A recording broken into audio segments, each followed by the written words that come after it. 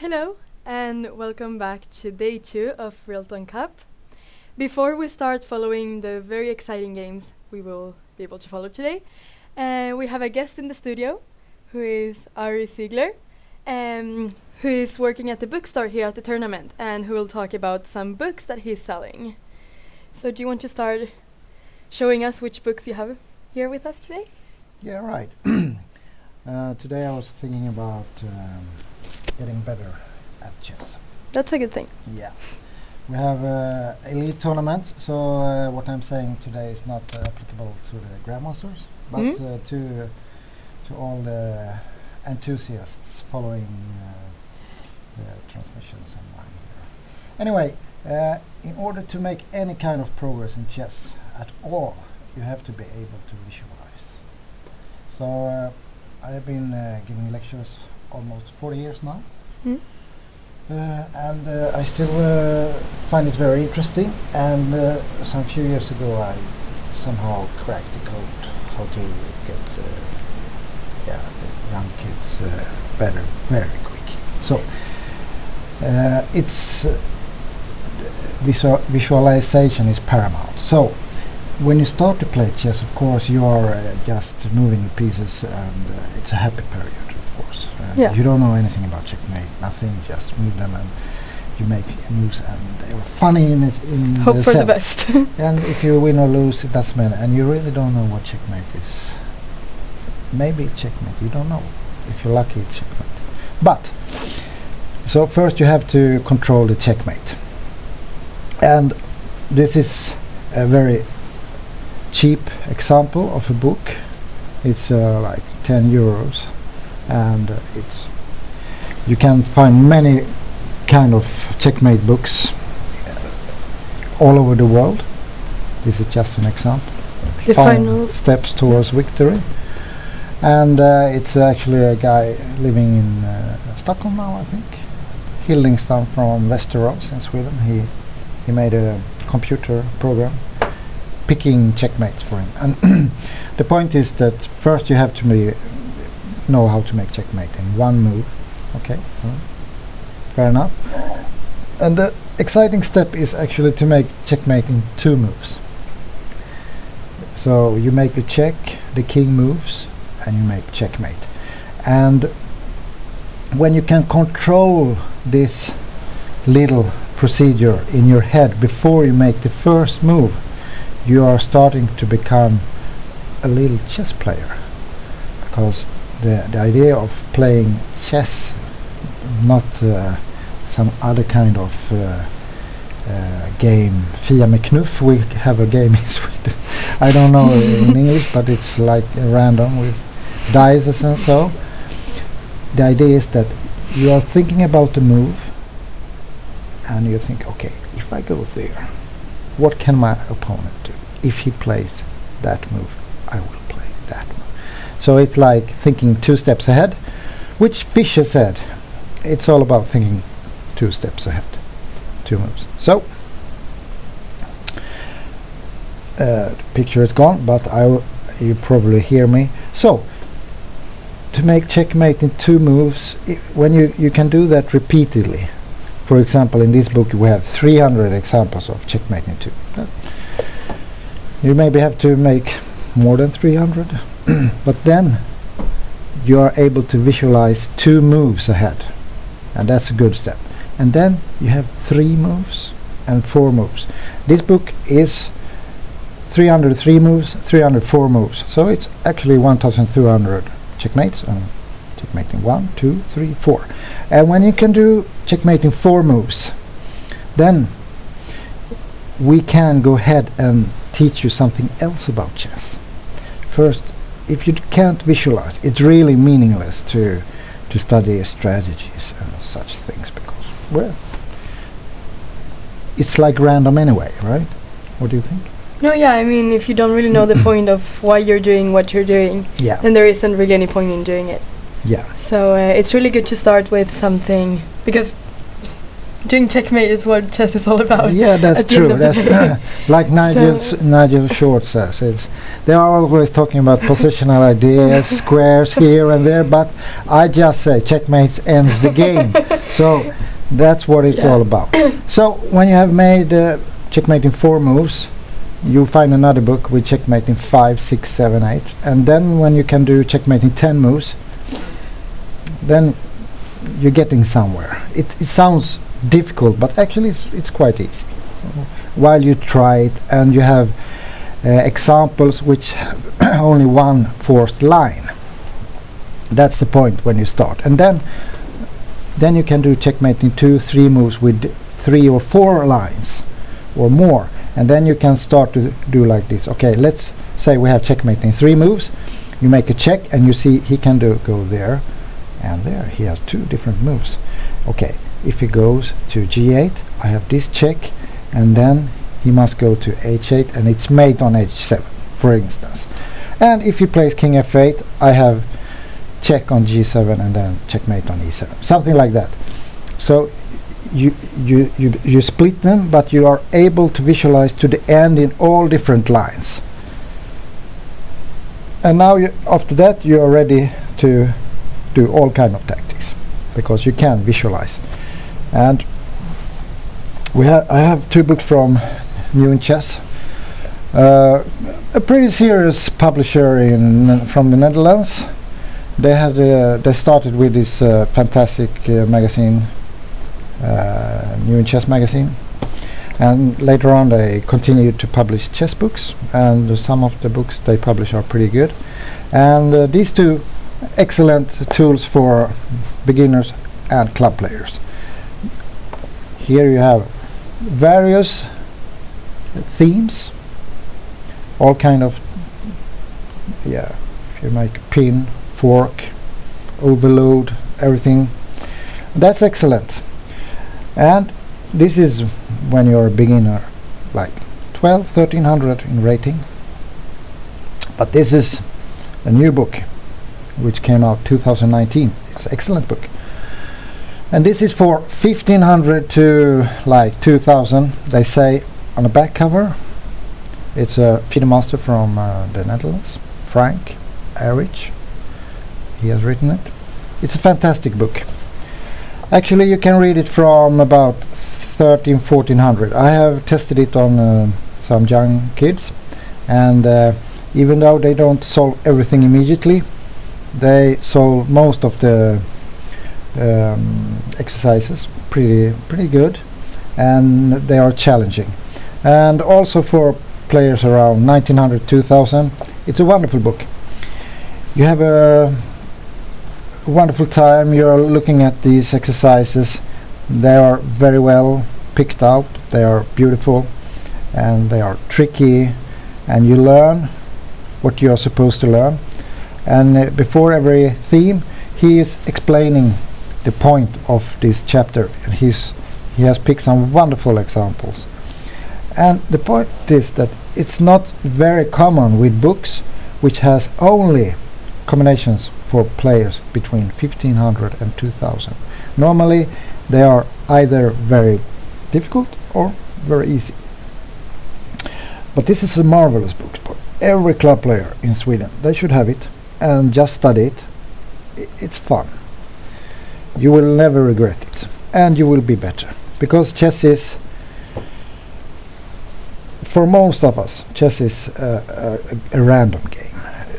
We plan some kind of stuff, we try to calculate, but mostly the games, at least to my level, international master, are decided by chance. Suddenly there is a move in the position which neither me or my opponent have seen, and this move is actually winning the game for one of us.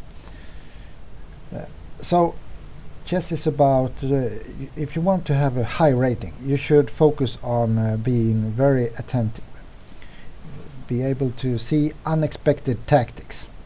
I'm working a little with unexpected tactics for better players, because if they spot unexpected tactics, they will win all the time. They will be crushed in the openings, they will have bad position, it doesn't matter, they win anyway.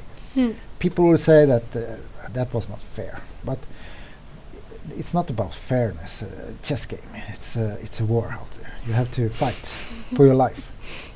And as Korchnoi said, he has said many things, so this might only be a little truth in Korchnoj's thinking, but he says, I grade a player of how difficult he is to beat. So some of us, we have some glorious moments, at least myself when I'm playing, but I'm very easy to beat, and so I'm not very good, but we have other players who they are very difficult to beat. So in Korchnoj's views, they are fantastic players, and that's what I try to learn my kids.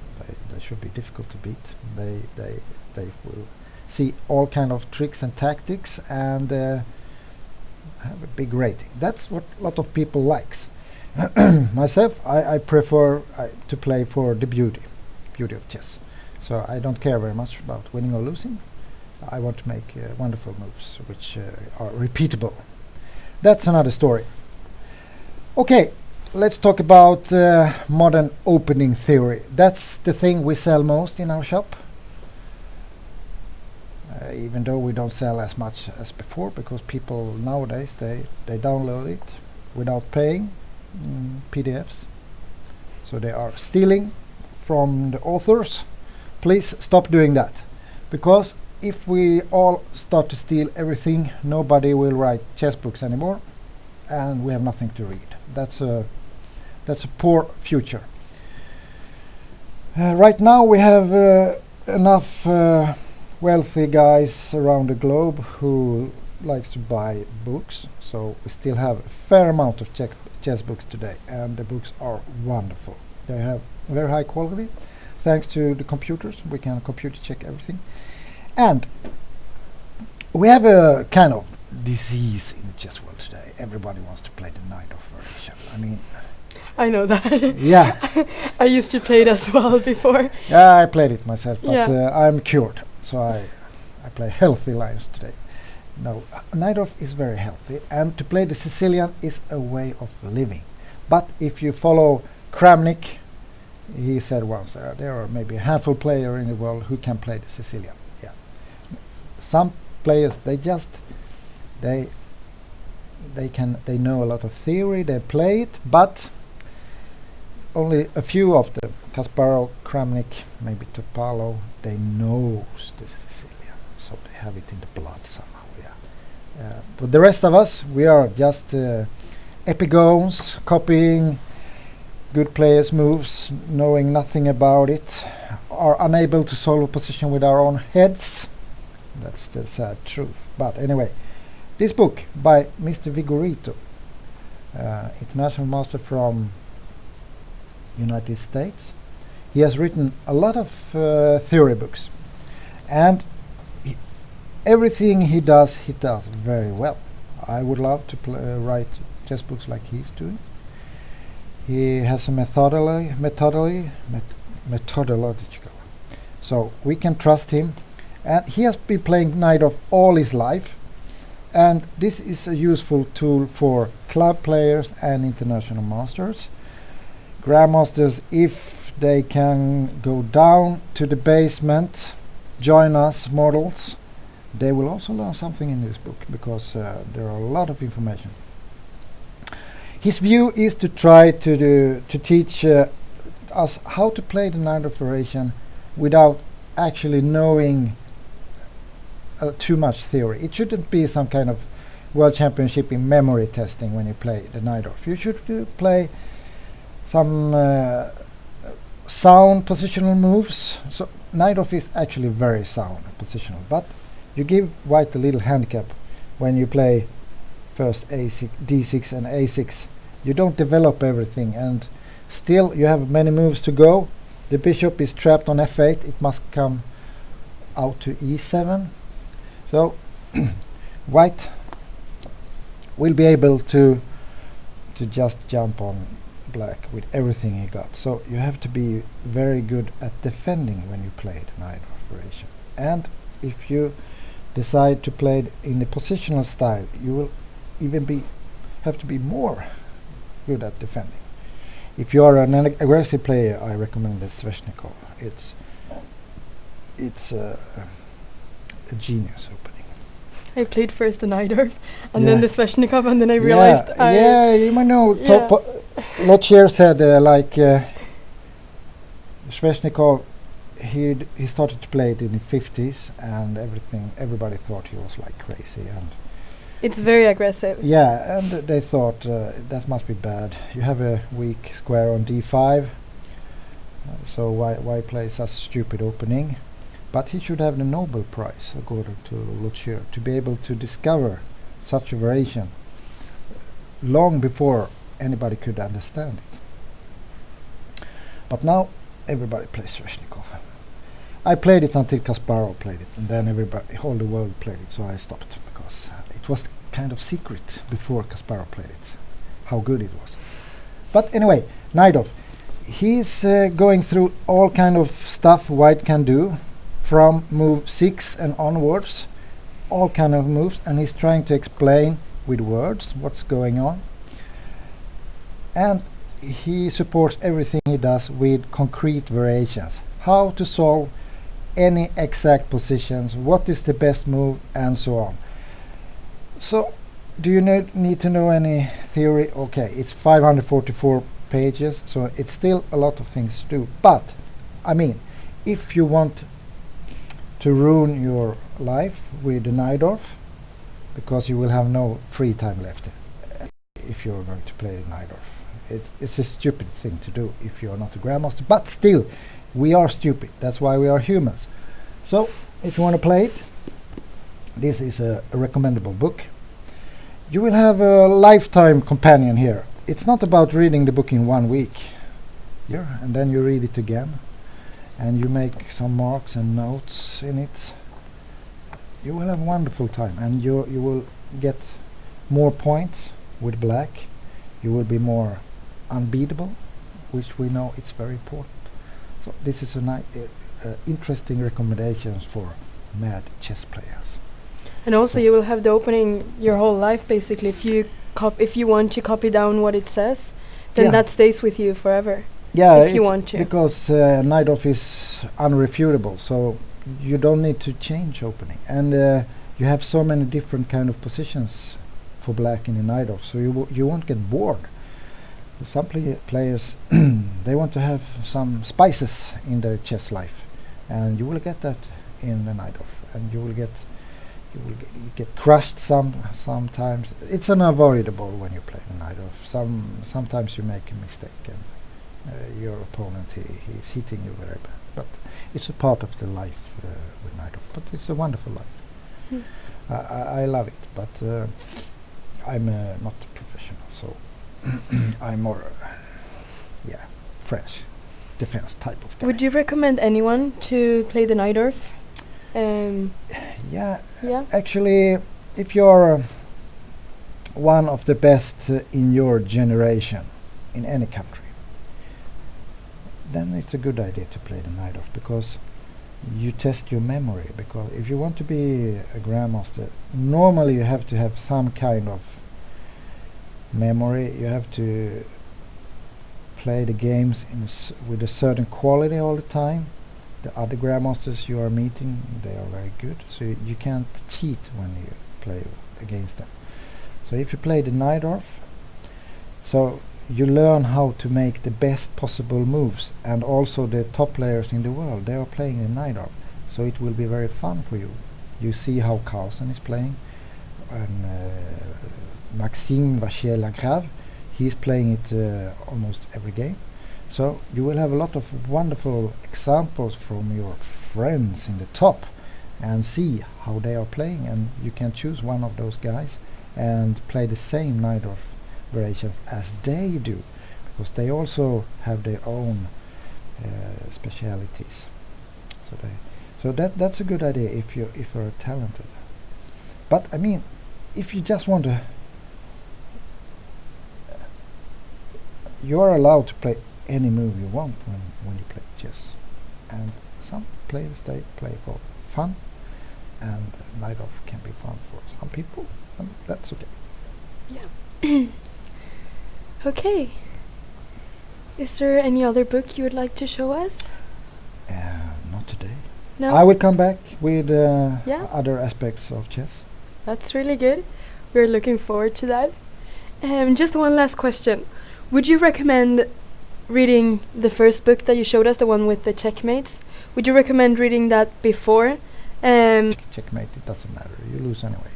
Okay, so then that's the order. Yeah. Checkmate One is should go. always the most important thing. Okay, thank you for coming today to show Great us your stuff. books. Wonderful. Yeah, and Love to be here. hopefully, and then hopefully a lot of people will pass by and want to buy these books or at least check them out. Yeah, we are here for them. Yeah. All right, we will soon start looking at the games of the day, but first we'll take a little break. So yeah, we will be back soon. Thanks. Yeah, thank you. All right.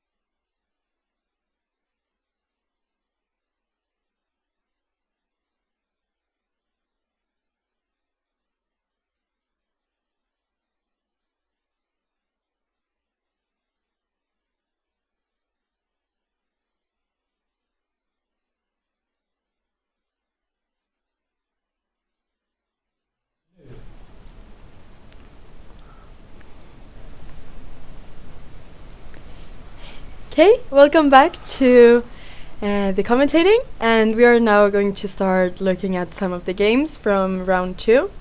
Yeah, we've probably missed a bit of the opening as they started for over an hour ago, but we will do our best to recap what's been happening in the games.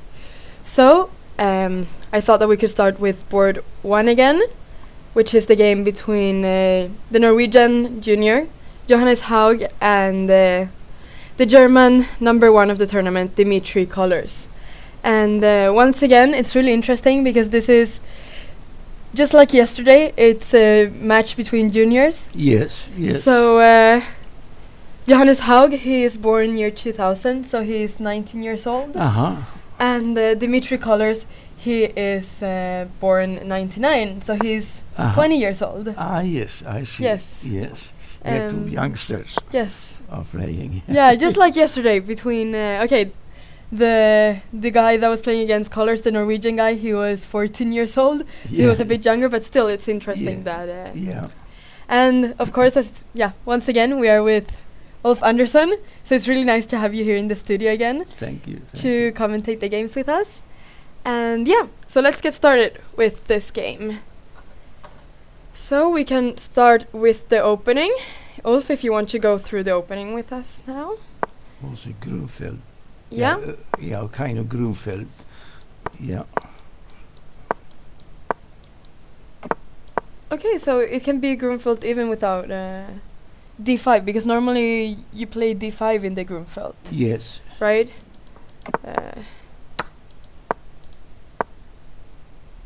Normally d5 is played earlier.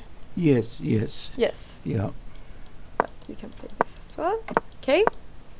Now comes d5. Yeah. No. Yeah. What variation is this? This e4 and it's a kind of Grunfeld with the e4, and next move will be knight b6 and then d5. These moves.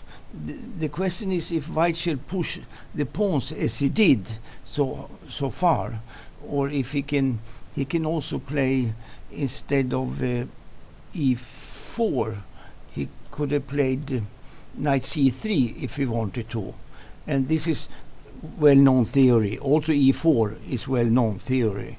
And in this game we see that white has gained the bishop pair, which might be useful later on, because black has easy play, for instance, with the piece and so, but difficult to use the majority on the queen side later on for black. The 3 against 2. Yes. Here, 3 against 2 on the queen side, so we can see that black has a majority there. Because black probably tries to play e5 in the game, and then he has 3 pawns against 2 pawns on the queen side, and trying to do something with that. But it's not easy. And this position was also played between Karpov and Kasparov before. Yes, and Karpov played with knight c3, and the knight went to b6. Karpov played e3. Oh, so e3 instead of to protect the pawn. And then he is ready to play d5, but first after e5 is played, he waits like this, and then playing this h3 or rook e1 as next move, and black perhaps plays rook e8, which is also a useful move.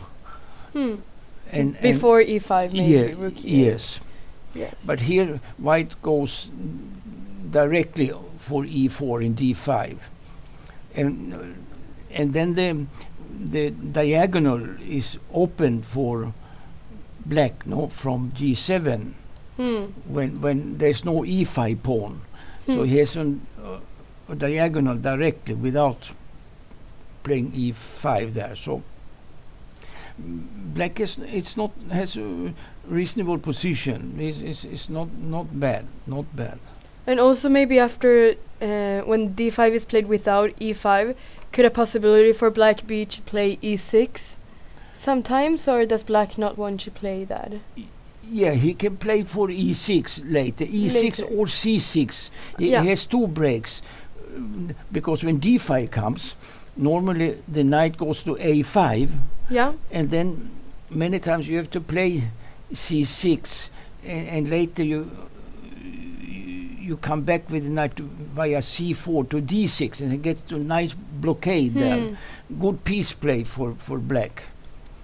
So we can see this little maneuver of the knight. Okay, so let's see what happened in the game. Yes. So e4 was played very early compared to the other variation, and now knight a5 we can see. Yes.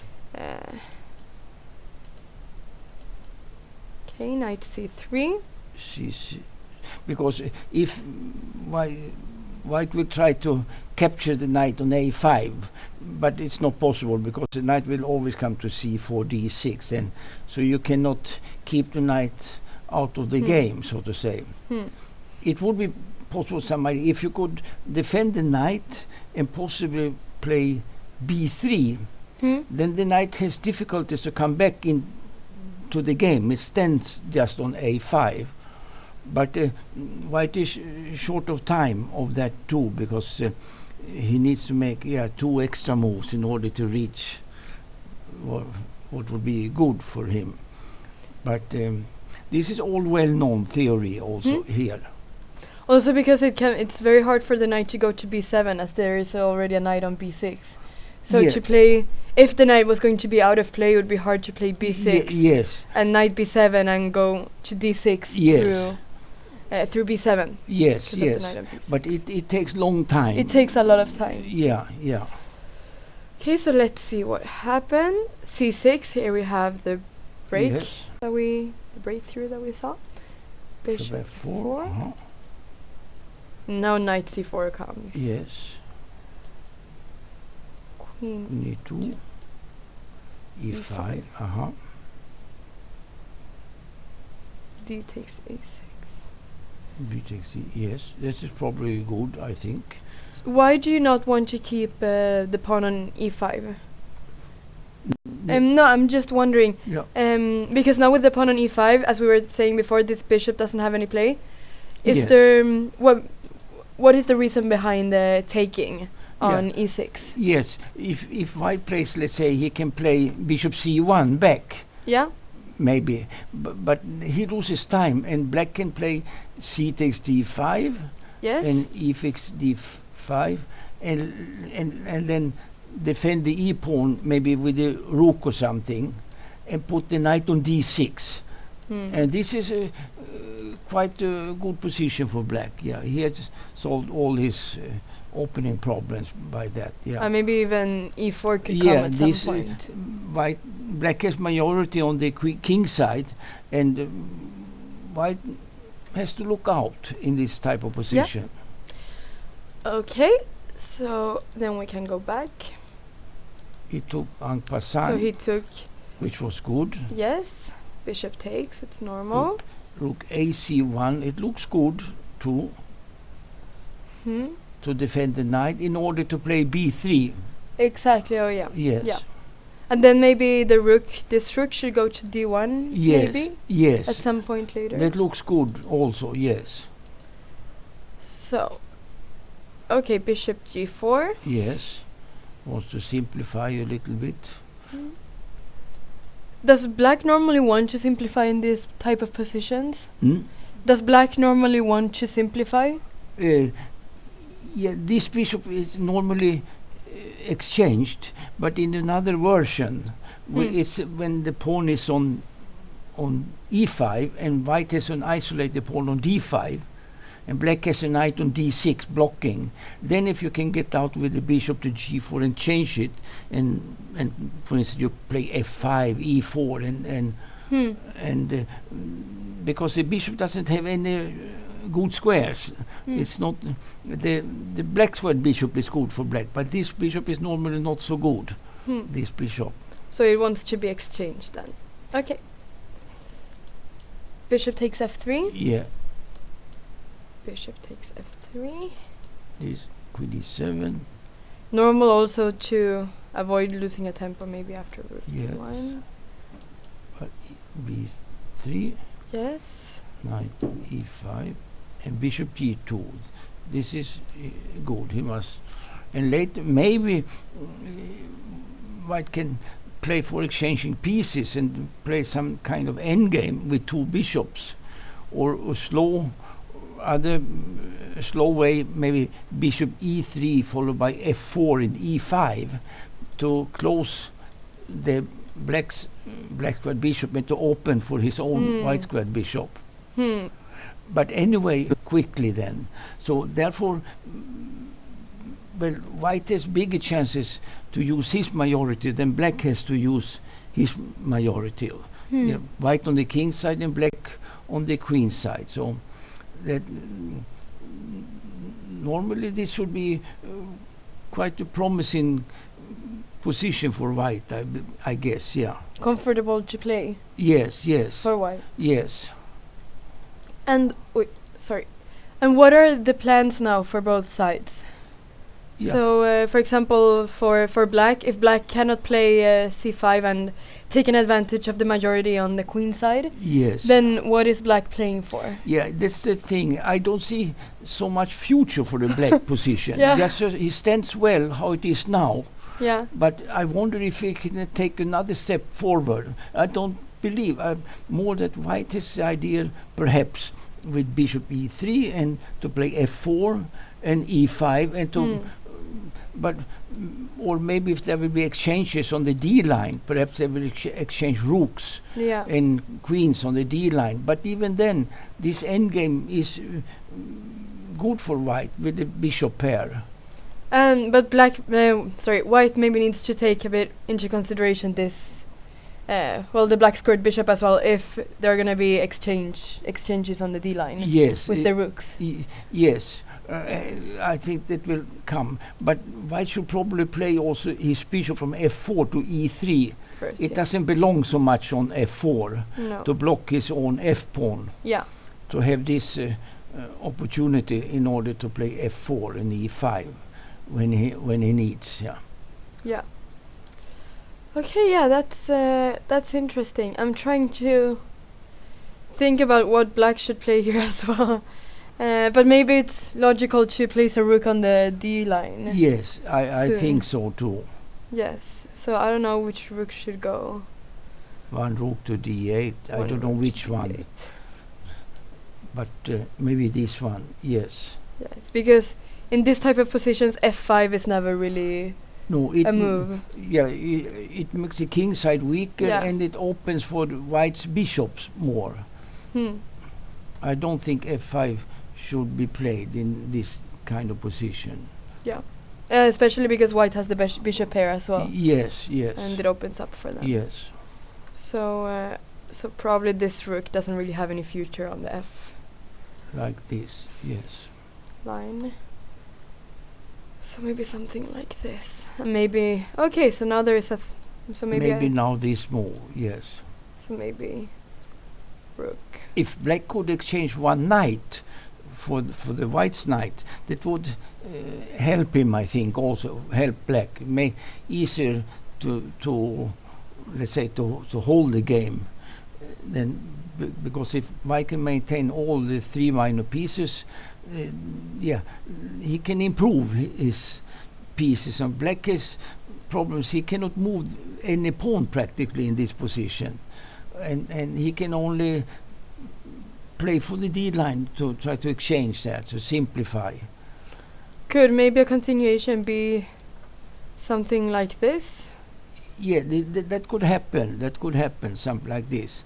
But White, if White can exchange queen and rooks here and maintain the three minor pieces, yes, that would be something to look for White. Okay, so this is move 18. Yeah, we will have to see how Black continues. Yes, this position, because that's a position where you can move any pawn, so you can. Yeah, because if a5, for example, then bishop e3 is also a bit annoying here. Yes, and also the b7 pawn and the c6 pawns, these two pawns, they are sort to say killing white squared bishop on the diagonal, but still white can get a kind of half diagonal by getting f4 and e5 in. Yes. Then he opens for the bishop, and black keeps his pawns, must keep the pawns on b7 and c6, and they cannot advance to disturb white. So white in such a kind of endgame, let's say, is practically a pawn up, or half a pawn up at least. Yeah. Yes. We can see now that black played rook ad8. Rook ad8, yes. So we were looking at rook fd8, but okay, the other rook was placed on d8, which seems normal. Yes, but he could have played the move you proposed, rook fd8 also. It was not inferior than this move, I think. Yes. And where's this rook going? Is it going to e8 maybe? Maybe to e8 also. But first now he threatens to play knight d3 to exchange the knight for the black squared bishop. That would be very good for black. That would be good for black. Then if he can exchange the knight for the bishop. But also to exchange knight against knight, that was also, I think, would be quite okay for black. Then he takes away a possible danger in the future with this knight, if white can maintain this knight on c3. It's not so good on c3 because he cannot jump in a reasonable square, not disturbing yet, but a few moves more, then we will see how much chances that white will have in this game, if he can have some pressure to win the game or not, or if it will be a draw. Yeah. And to stop now, or to prevent black from playing knight d3, is it then a rook to d1 that you think is the best possible continuation? Yes, rook f d1. Yeah. That should be the move. And there aren't any weird jumps that the knight can do. If he could have played knight f3 check, but he cannot do it because you take with the queen and defend c3. But otherwise that would be good to exchange another piece. No, because then we would get the knight for the knight that you were talking about. Yes. Okay, so there doesn't seem to be anywhere this knight can go now. No. Or any favorable square for the knight right now. Black has more type of waiting position, and to see if white overplays it. If he pushes too fast and too hard, then it can also be worse for white. He has to do it in good moments. Of course. To use his pawns, but that's really typical in chess, right? That you have a slightly better position, and then you try to overplay it, and then and then it can go bad. And then it goes really bad. So that's very typical. No, but it will be interesting to continue following this game between Johannes Haug and Dimitri Kollers and see what plans each side has.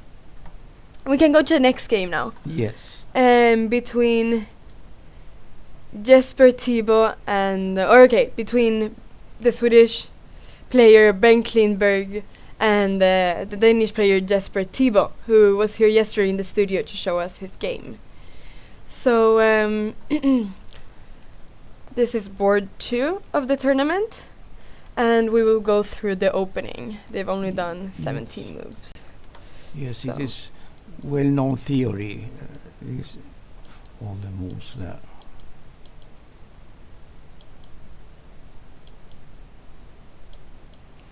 Knight c6. Bishop g5, yes. e6. A6. Castle, good. Bishop D7. Yeah, this is. Now White plays F3. Yes, this the most common. Maybe today, I don't know. Maybe it's a kind of popular thing. This to play F3 in Sicilian. It mostly it comes from the English players. The English players, they like to play this way with F3 and so on. I know Adams and so, and Short also. And but before, many years ago, it was the common move is F4. Then F4 in this and position. then if Bishop E7, then you play Knight F3. This is theory also, yeah, and yeah, there can be. Yeah, it's also it was this kind of play between Spassky Fischer. Spassky played the black position, Fischer with the whites, and then after I think it was B5 that came, and then Bishop takes F6. Pawn takes F6. Pawn takes. Yes, because D6 is weak. Yeah, D6 is weak. And Bishop D3. And later they got the similar type of position that we have in this game. It became black exchanged one knight and later on pushing the queenside pawns in order to disturb white. If the pawns come very far, then yeah, it disturbs white. Even if you cannot open the game, even if you get a pawn later on, let's say pawns on A4, B3, and white is blocking with A3 and C3, always this pawn on B3 is disturbing, because it's mate on the first rank. Always you cannot play completely free like Fischer had against Spassky. That's how Spassky made a draw in this game, and in a good way he made a draw with Fischer in the World Championship match before. And but here that's black is double pawns, but white has also ideas to play for F5 and maneuver the knight to E2 and F4. And then yeah, and then to have pressure on the F pawns, yeah, and also trying to attack E6 many times. So if the pawn has moved one moment to E5, then you lose the control on the D5 square. That is a plan for white also. That's very typical for the Sicilian, to try to gain control of the D5 square. Yeah, yes. Yeah. If you do that, then the black squared bishop or black squared bishop becomes very weak. No, weak piece, and then you are close to lose the game. Very close. Oh, wow. Yeah, it is very dangerous because of the D6 pawn also becoming very weak. Yes. Then. And you, let's say you can play knight D5, your pawn is on E5, and then it's an awful position. The bishop is really bad. This is the thing. The bishop is really bad, and that is what black has to avoid, that this will happen. Yes. So here they have to maneuver well, both of them. One trying to get the square, and the other one trying to prevent that. If against F5, if you can maintain the position, not to play E5, and you can use the square E5 for the queen, let's say, or the knight, then yes. If black just plays him, let's say. Okay, yes. Not this move. Yeah, and so. But yeah, something like this maybe. Something like this, and then F5. Something like this, and then knight F4, and then yes. And you try to get even maybe bishop C4, another attacker against E6. Yes. Then black is in danger. Then he's in danger. But if he can close with E5. and without white controlling the d5. Just so if I cannot put the bishop or a knight on e5, then this is okay. Then it's okay. But if the knight comes to d5 or the bishop d3 comes to c4 and d5, then it's wrong for black. Then it's dangerous. Then it's wrong. Then he has to use another way of play. Yeah. Yes. So e5 here would not be so great because of bishop yes, c4. it is too early e5 in such position.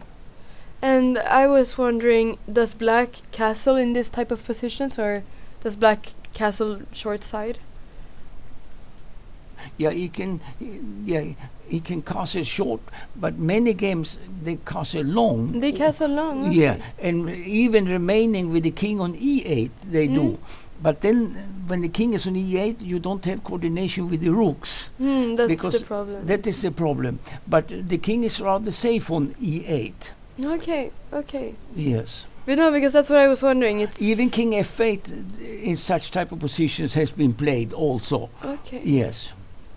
All right. It was really interesting that it can be castled long side as well. Yes. As these pawns are quite then the far pawns up. are standing on a6 and b5. Okay. And then maybe long castle, you put the king on b8, yes. and then you play. It's not in order to take the c line with the rook. It's just to put the bishop on c8 later on. Okay. And maybe you can fianchetto it later with bishop b7, things like that. And but the good thing for black is that he has a bishop pair and he has a. But that is a good position. But he has to be afraid of this white plan that he. And if white can, get the square there on d5 or attack e6 very much. Yeah. All right. Well, this is quite different from the game. Yeah. So we can go back to the game, but ¿Quieres la llave? Okay, so let's go back to the game. Está bien. Sí, después hablamos después. Okay. Sí. Yes. Some Spanish there. Yes. So let's go back to the game. So that was when we saw that he played f3. So this was, we were talking about if he would have played f4, which was maybe the more common variation before. F4 was more common before. Yes, they always played f4, and f3 is this English stuff. Yeah. To play f3 and then g4, h4 to push these two pawns as far as you can, trying to open the black king. And nowadays, in some games, black is afraid of that the pawns come forward, very far forward. So black even plays h5, not in this this position, but h5 to prevent g4. Wow. It's a funny way of playing. It's a kind of new, different. This f3 and playing for g4, h4. You can play in almost any variation in Sicilian with white, long castle, and then just to push the pawns, no? Yeah. Is played, and I know short played this. Adam played it. John Nunn also played it. It is English. I think it's called English attack. Oh, it's even called English attack now. Yes. Okay. Yes.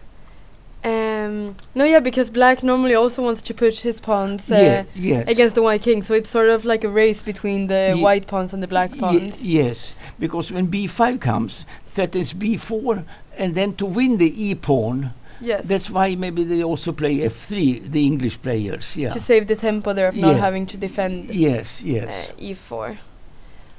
All right, so let's see what happened after f3. Takes. Oh yeah.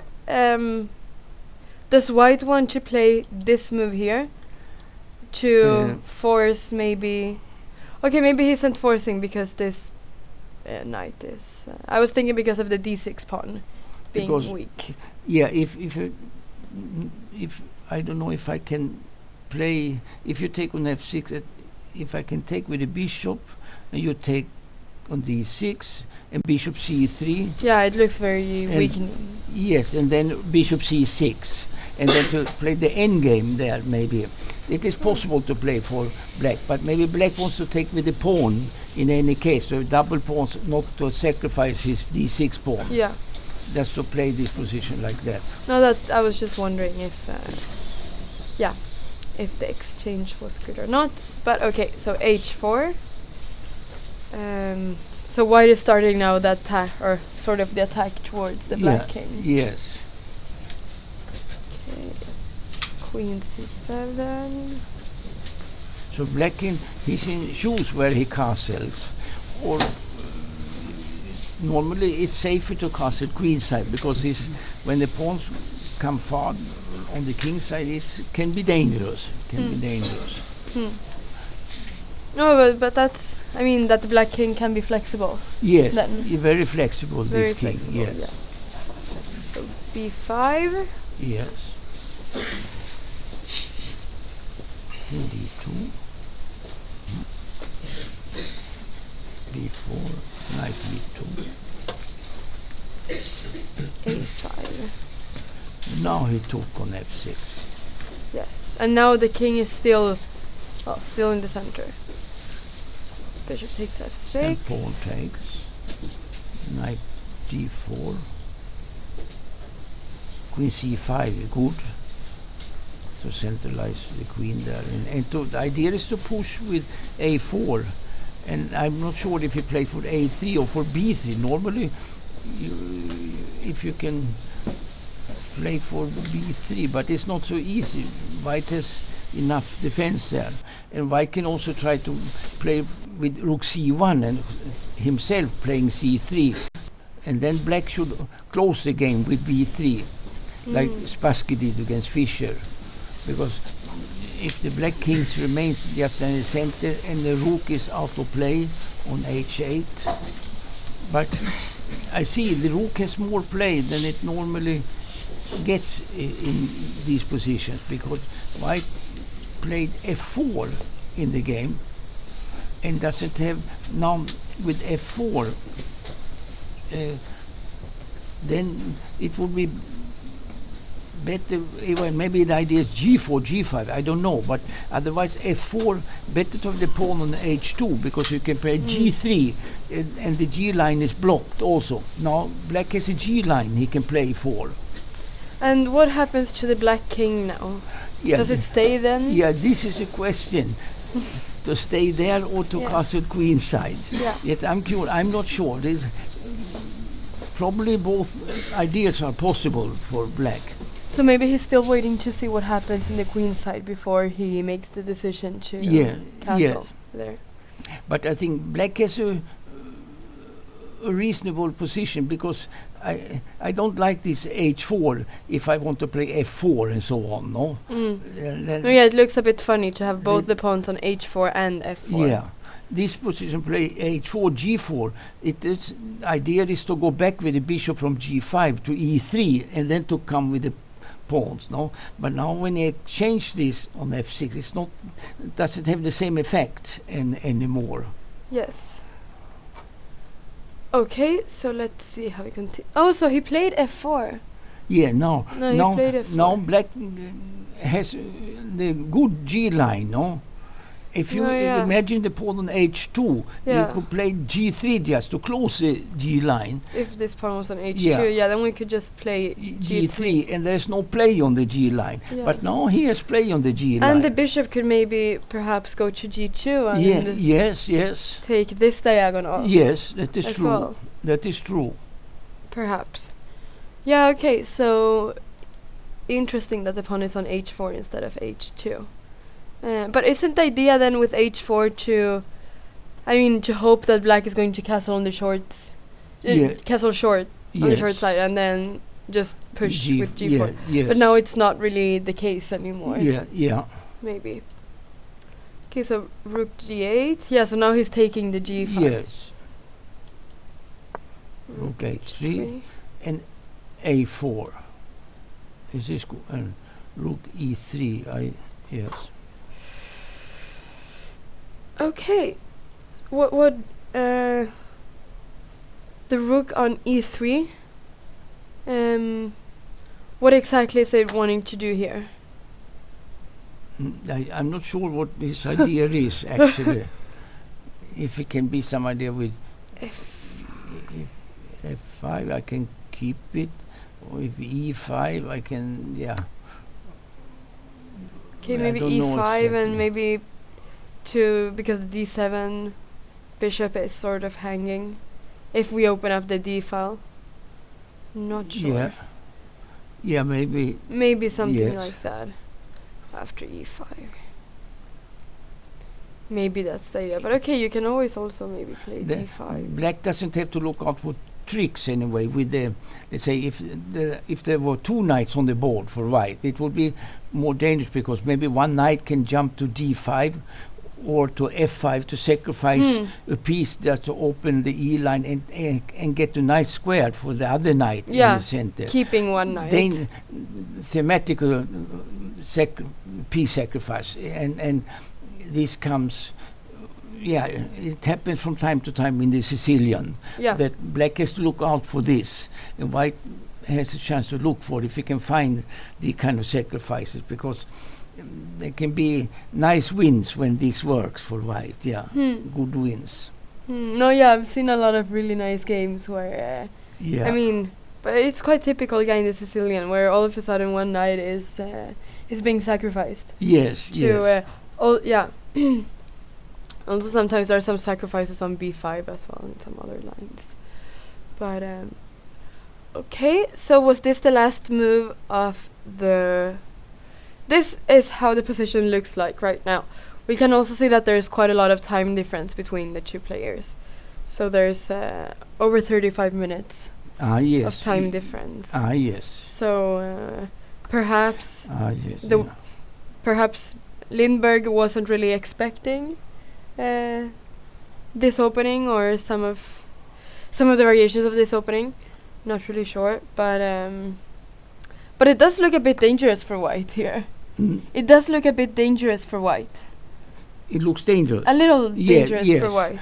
The question, if I tries to play C3, for instance, he tries to with rook C1 to open the C line to have some more play, but then black will close with B3 such positions, and white plays A3, and then those 2 pawns they are disturbing the white king.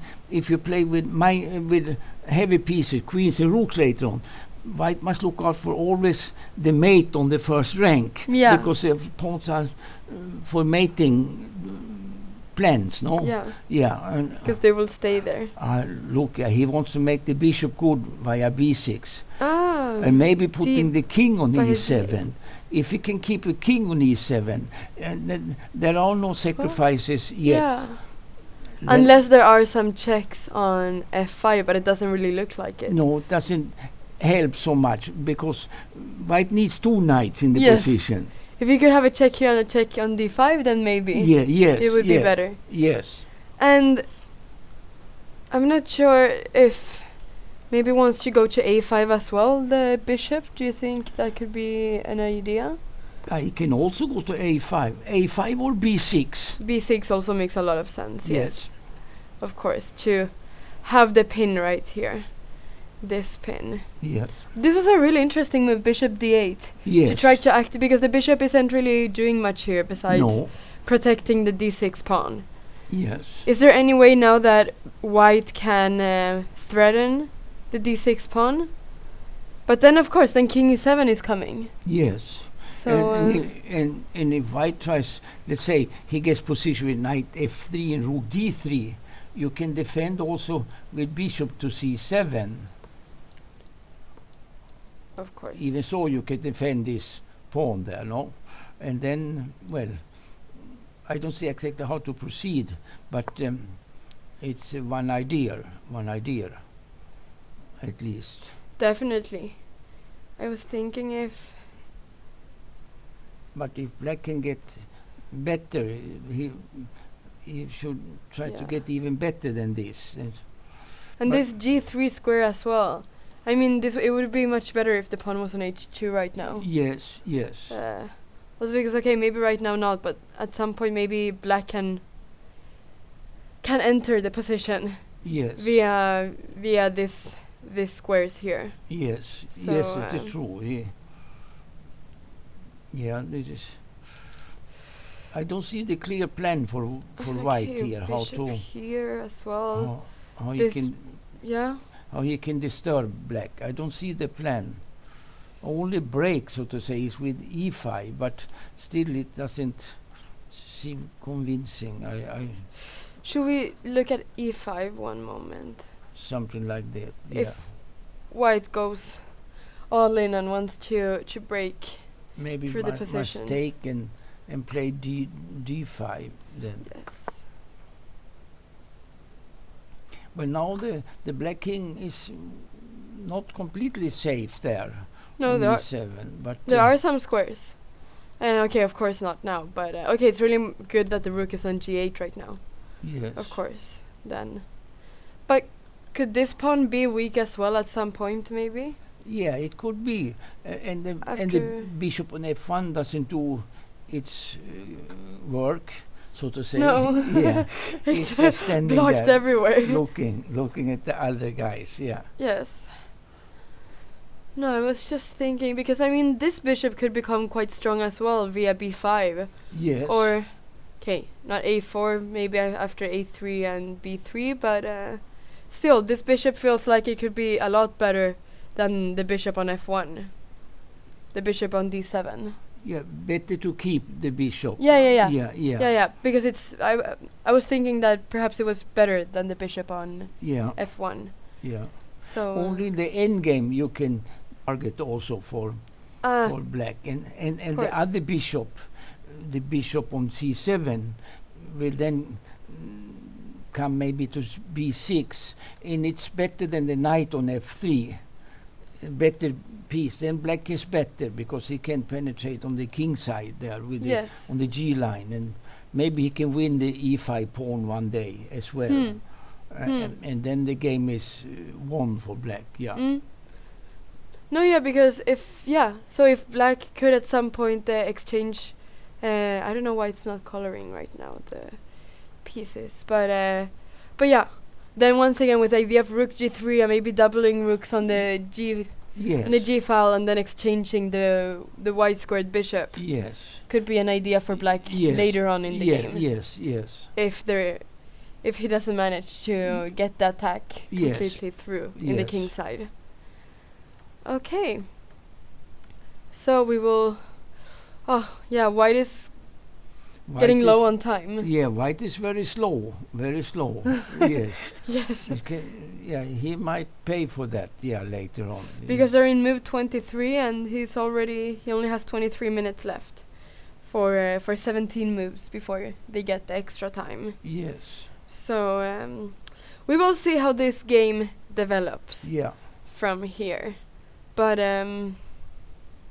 is there any way that white could try to get some pawns? Yeah, you should try with the queen to disturb probably. I don't know why there are no arrows being able to be.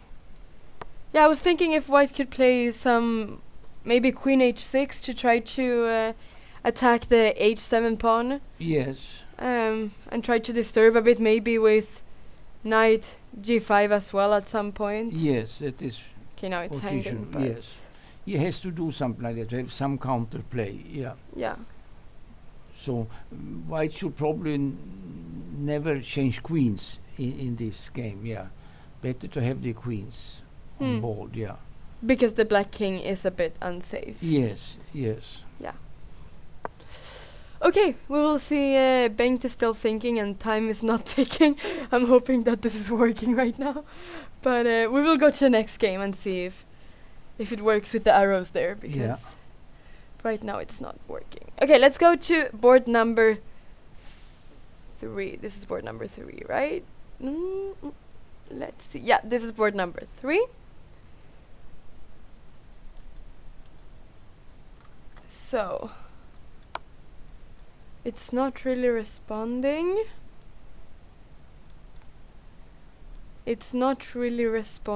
Board number 3.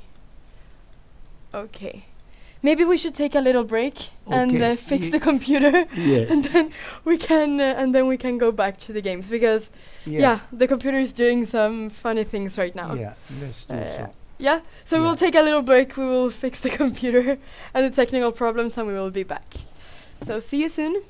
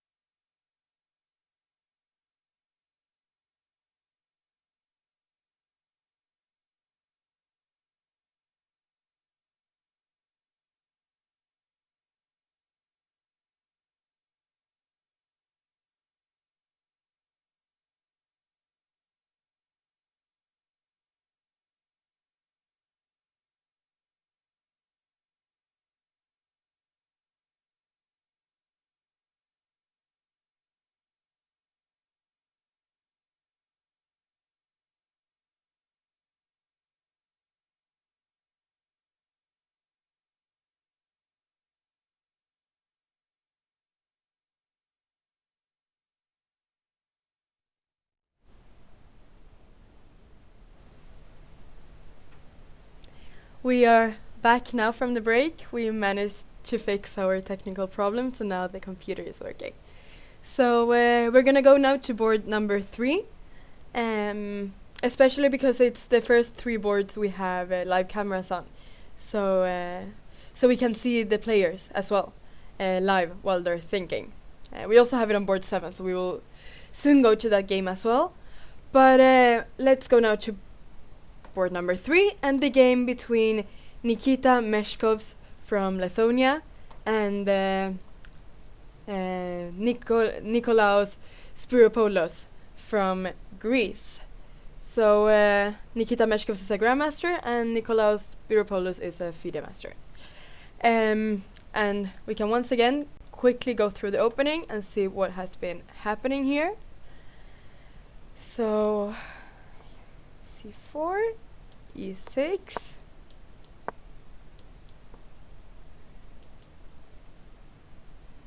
d4. So it sort of transitioned to semi-slab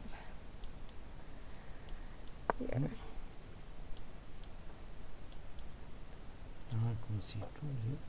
It has become quite popular some years ago to play Queen C2.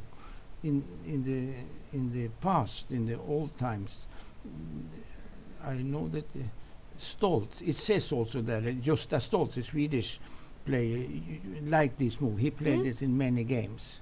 And but today they play it with maybe with G4 later on, which was not played in previous times. But when Bishop D6, let's say, then G4. Yeah, and then G4 even here. Yes. I don't know how good it is, but it is quite popular. I've seen some games like this as well, and then Rook G1 is played as well. And taking on G7 later on. Yes. Yeah, and very sharp positions. Yes. So and then G7 as well is hanging. Yeah. No, yeah, I've seen ideas like this as well lately, and very sharp. You have to. You can't be afraid if you go into stuff like this. He played H6. Bishop D6, G4, H6. Oh, okay. G4 was actually the game. Okay, I didn't realize. Yes. Rook E1. Is the most common move after G4? Is it to play something like H6 or is it to take on G4? To take on G4 or maybe even to play a move like D takes C4 is playable. They play here also. And then you and then maybe E5 and to jump to with G5 maybe knight D5 to sacrifice a pawn there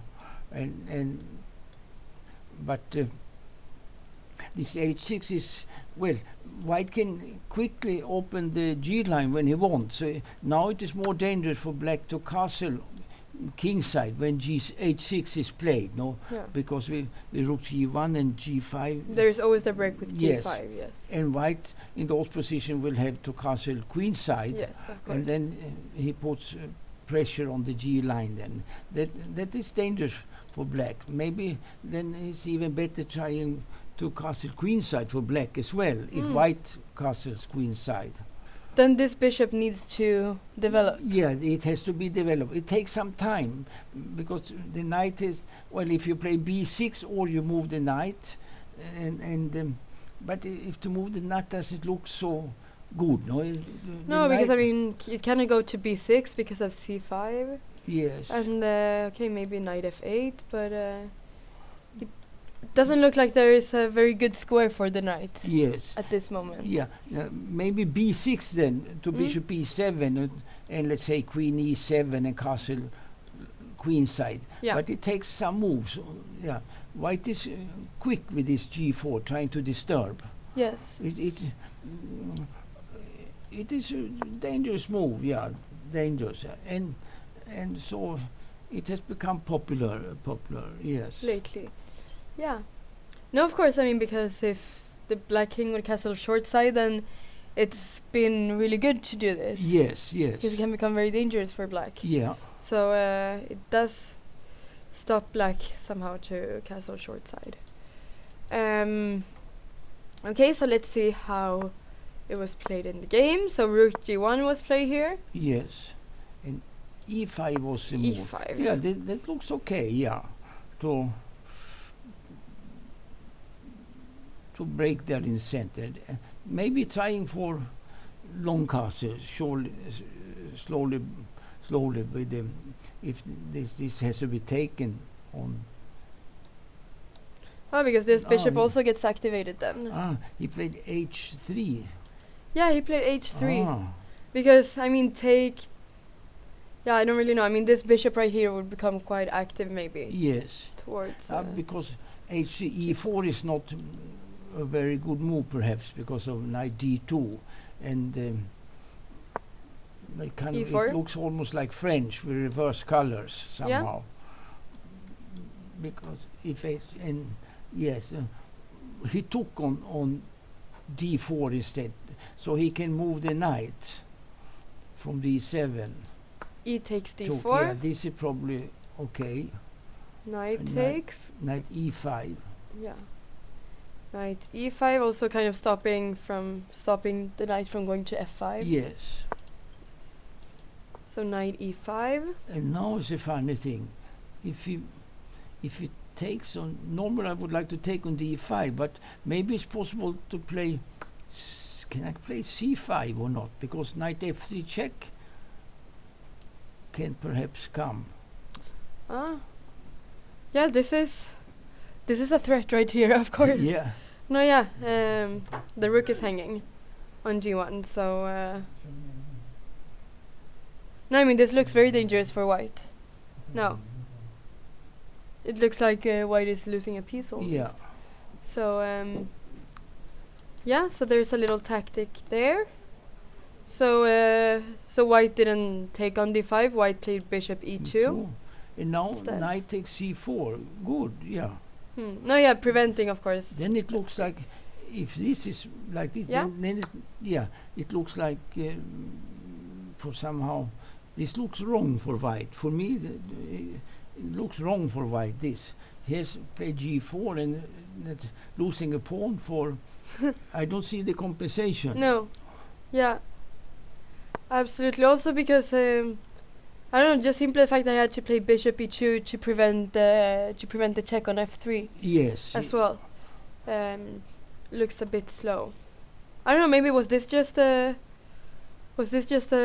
tactic that was missed after knight e5? What should he do? Because he's losing the pawn on c4. Yes. And maybe there isn't any better way to prevent knight f3 than bishop e2. Okay. So I don't know if this was maybe he should have taken on. I don't know. Yeah, this is maybe h3 is not needed. Yeah. h3 maybe not needed. Maybe this was a bit slow, h3.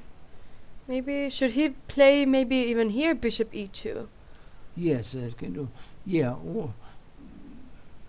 I'm not sure. Yeah, this is not so common this way to play this way. Yeah. For black and also for white. This maybe c takes d5 is one opportunity, but white should try to quickly to castle queen side, but it's not so easy because bishop t2 castle queen side, but maybe like that. Bishop b2 or d2? D2. D2, of course, yeah. Yes, because yes. And do it quite quickly. Yes. Maybe. Yes. So maybe.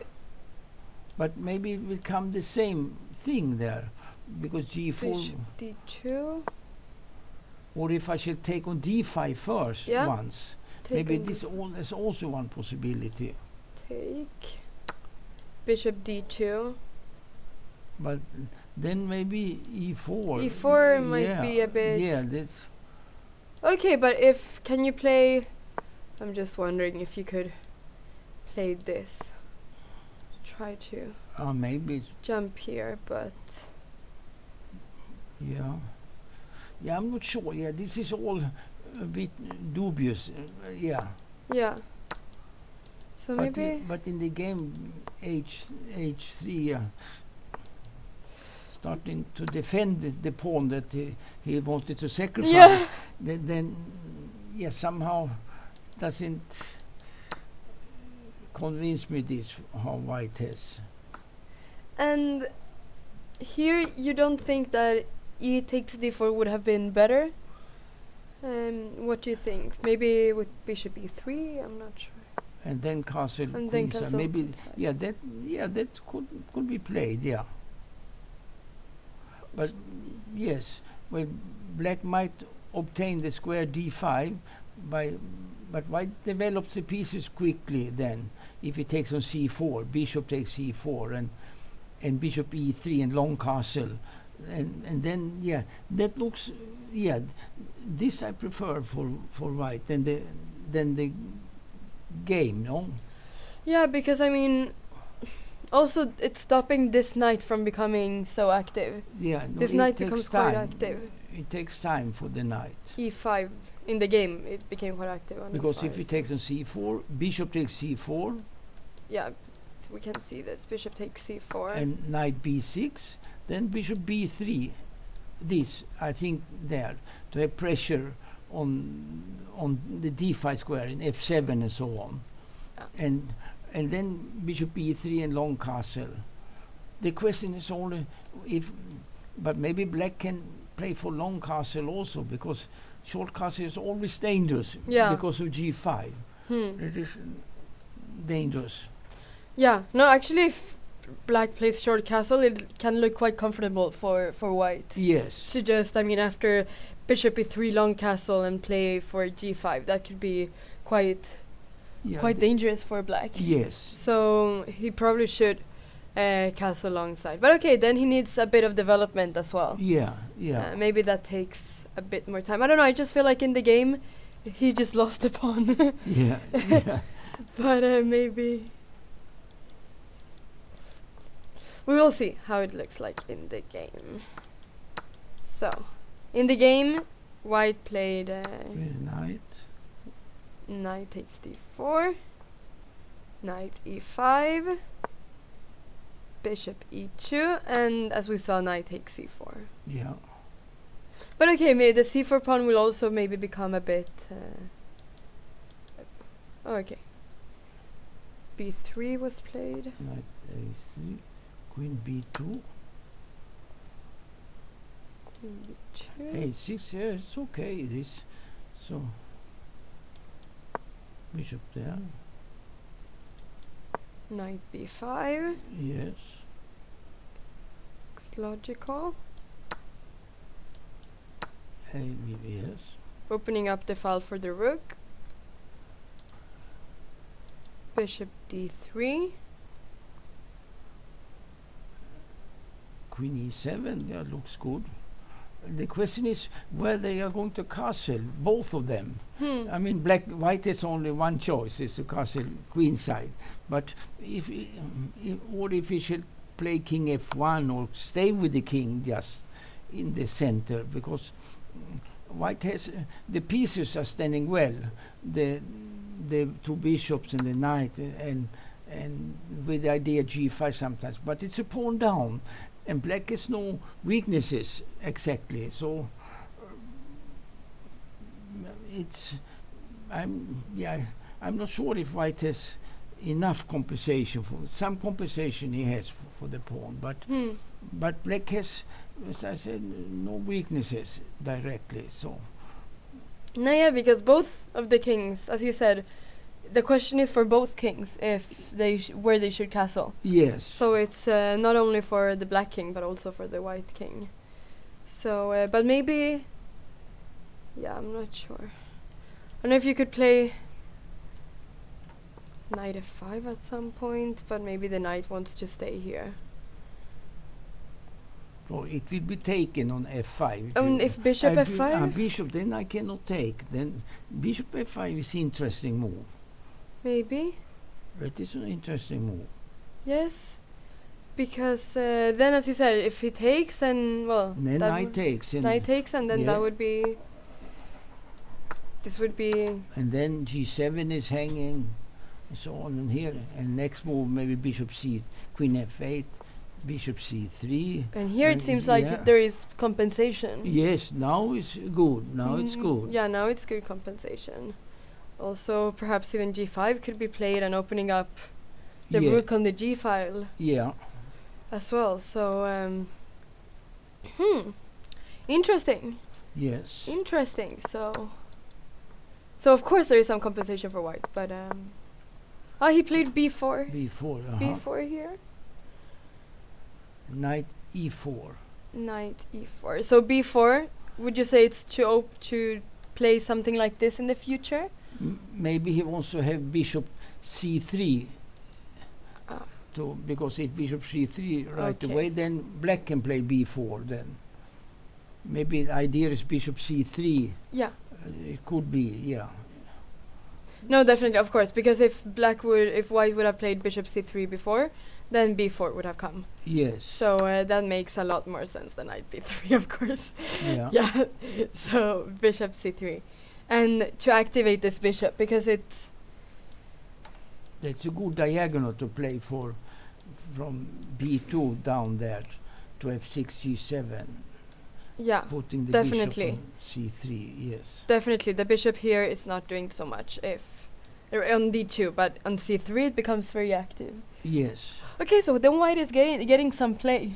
Yes, yes. Even though he's a pawn down. Because black doesn't know where to castle. If he castles queenside, then white can open the game with a4 and have the rook in play immediately there. Yeah. So I don't know where to have the king. We can see this, and then a4 could be dangerous. Yes. But then the question is, where does the white king go? Does it stay in the center to wait? It's a good question. Where is I don't know where it should stay. Yeah. Yeah. Yeah. No, because it feels like the white pieces right now, they're kind of moving towards a good direction, towards a good square for them to become active. Yes. But it's the king, so maybe they're both waiting to see where the other king goes. Yes. Before they make any decisions themselves. But let's see what happened in the game. So knight e4. Knight e4. That looks good. And this is where we're at. So knight e4 was played by black. So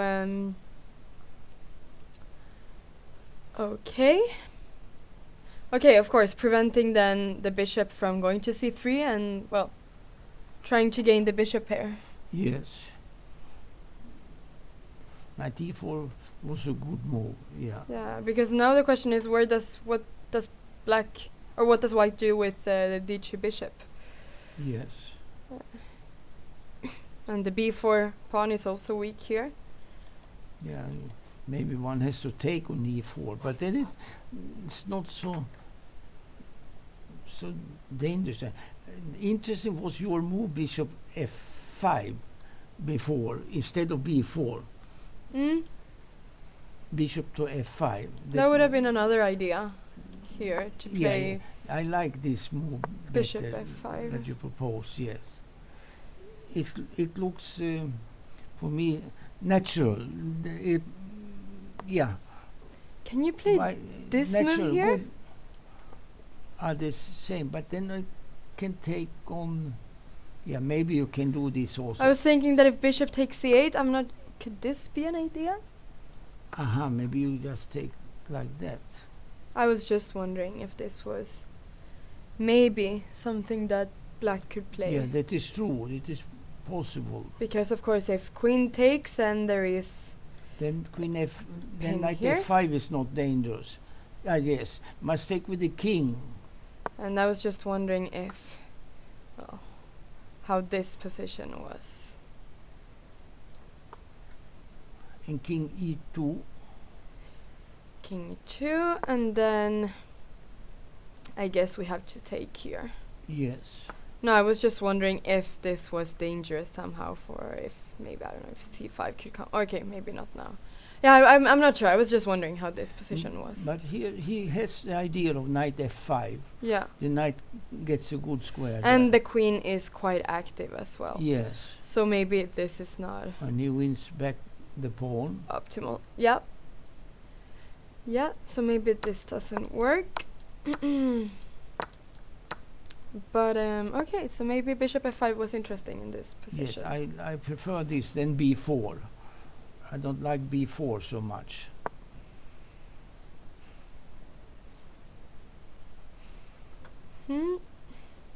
Question is, because if he doesn't really want to play g6, I suppose, opening up yes. this and maybe but it is interesting move also, g6. g6?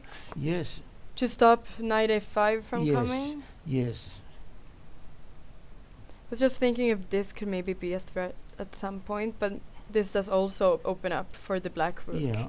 So perhaps it's g6, good move also.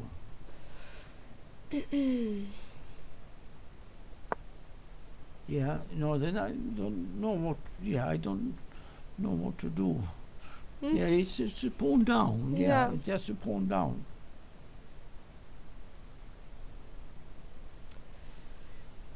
I cannot believe that is in the beginning. That was theory. This with g4 and h3, rook g1 and h3. I don't believe that is theoretical variation. This is a theoretical variation, because if you lose a pawn like this on c4, that is, it cannot be. It must be that white has failed somehow, I believe. Yeah. And you believe that it was when he played h3 that was a critical moment? Yes. Yes. Before, when he played h3. Or at least he should take back on d4 with the pawn then, like that we looked at. Yeah, to take here with the pawn. This is what we were looking at before. And to play this position. Okay, so this is where the game is at right now. Yeah. White does have time advantage, but they're both quite low on time. They've only played 17 moves. Yes. And they play very slow. Especially black plays very slow. Yeah. There's only 12 minutes left on the clock. For half 23 an hour. moves. Yeah, it's going to be tough. Yeah. Yes. Practically. Yes. It will be tough. Okay. So this might become a blitz game soon that we can follow. Yeah. That would be quite interesting. Maybe we should move on to game number 7. I thought that would be quite interesting to look at because it's Erik Blomqvist who is playing, a Swedish player. Yes. He's, along with Tiger Hillar Persson, he's the highest Swedish player, the highest rated Swedish player playing here in the tournament. Yes. So it would be interesting to follow his game as well. And he is playing against an Indian woman. Yes. Soumya Swaminathan. So she's an Indian woman grandmaster. Yes. So this could be quite interesting as well, and also because on board number 7 we have a live camera, so we can see now. Yeah. We can see them playing right now, so that could be interesting for the viewers. Oh, yes. Yeah, you can see them on the screen. We can see them playing. All right, so let's take a look at the opening here as well, and then we will go back to the other games that we've been looking at and see how they have developed. But this is how the opening was. So let's see.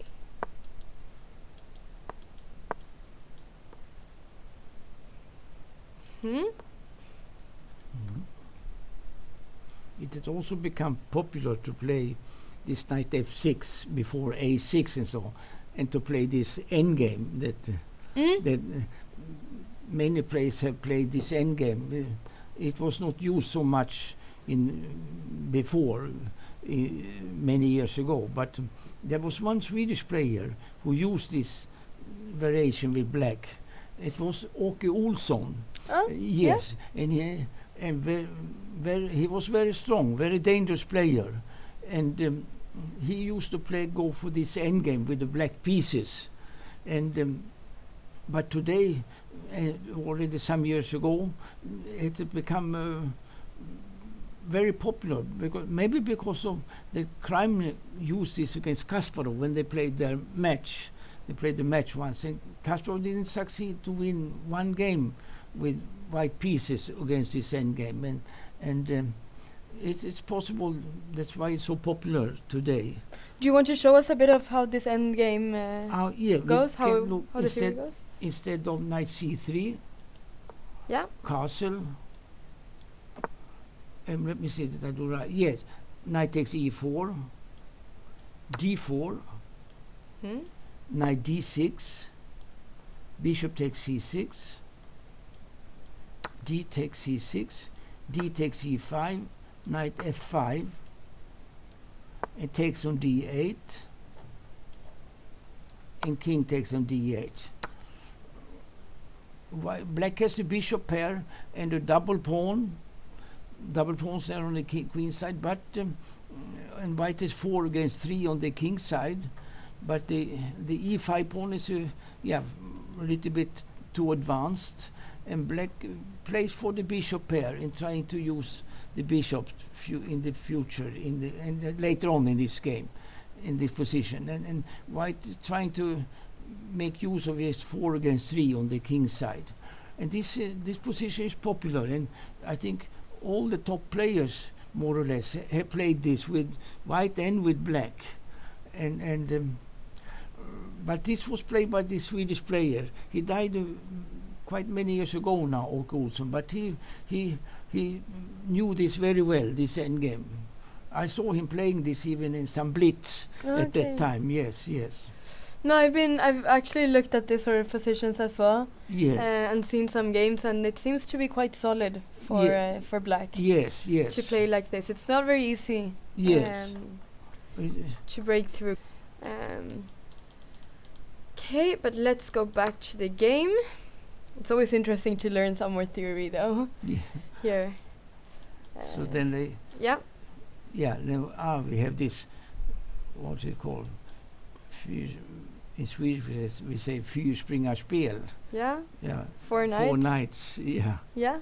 Opening. Yeah. So castle, d3. You see. Okay. g5.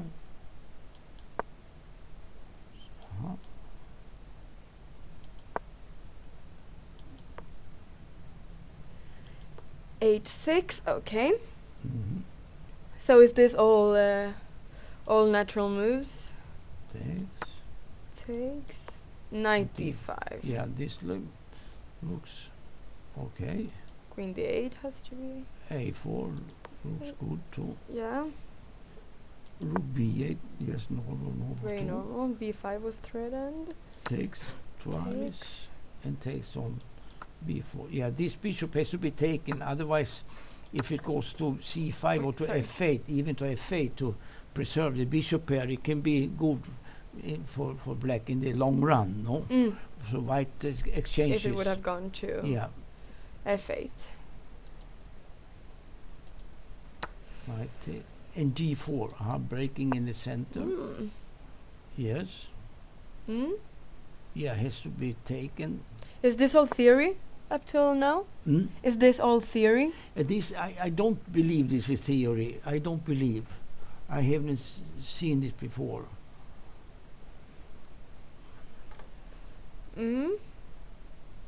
Okay. Yeah. So e takes d4. Perhaps this is why also these both players have quite low time, because this is not really theoretical at this point. Yeah. E takes d4, queen takes. Queen e7. Threatening. c3. Maybe the idea was c5 and c4 for black. For black, yeah. So c3 is played, yeah. And c4. So knight c6 was played. Yes. Queen d2. And d6, yes. This looks natural. Normally, I would like to come to e6 with the bishop. No, but it's not possible because white played bishop d5. Yeah, so black has no time for bishop e6 to exchange the bishops. I'm wondering, would the pawn right now be better on b7 than on b5, or is it better on b5 to try to play b4? Yeah, I'm not sure where it's better now. But he went to d7 with the bishop.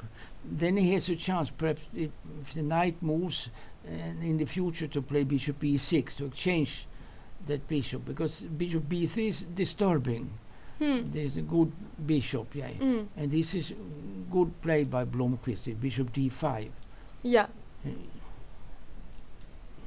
Yeah, this bishop looks like a monster here. Yeah. Definitely. No, I was just wondering, because if the pawn was on b7, then black could play bishop e6 and exchange it. Yes. So, but of course, here maybe there are some b4 ideas as well. Now b4. Oh, b4 was actually... Oh, okay. This is good to fix. It looks good. And then to play for initiative on the queen side. Just and... This looks like really strong play by Blomqvist. Yes, I think this is good play for white. But I'm curious to see how black can play against this bishop d5. If the Indian woman can do something against bishop there on d5. Yeah, how it can be removed from such a good square. That's also could maybe queen rook f6. a6. Is that? Oh, it was queen f6. Queen f6 was first played, yeah. So yes. And rook a6 was played now. Knight e7. Okay, so now finally it's becoming threatened, at least the bishop. And now good move here again, I think. e5 cannot be taken because the queen is hanging. Here we can see that it cannot be taken because the queen is hanging. So the queen has to go. Queen f5 was played. Yes. And bishop back to b3. Yeah, we can see that this pawn cannot be taken as bishop is hanging. But bishop went back to b3 and now threatening d6. This is good, yes. It seems that white has achieved something here. And also if d takes e5, knight takes e5 could be played, perhaps? Yes. Because if queen takes, then queen d7 takes d7. And if queen takes, then queen takes d7. I need to improve my arrows. Queen takes d7. Yeah. That's how far it's or there is a funny position. If d takes e5, I'm looking, bishop takes f7. This can also be played. Then I take on d7. If you take with the king, queen takes d7. Queen takes, knight takes e5, king g8, knight takes d7, and white has won a pawn in this rook and knight endgame. A little trick in the position. Yeah.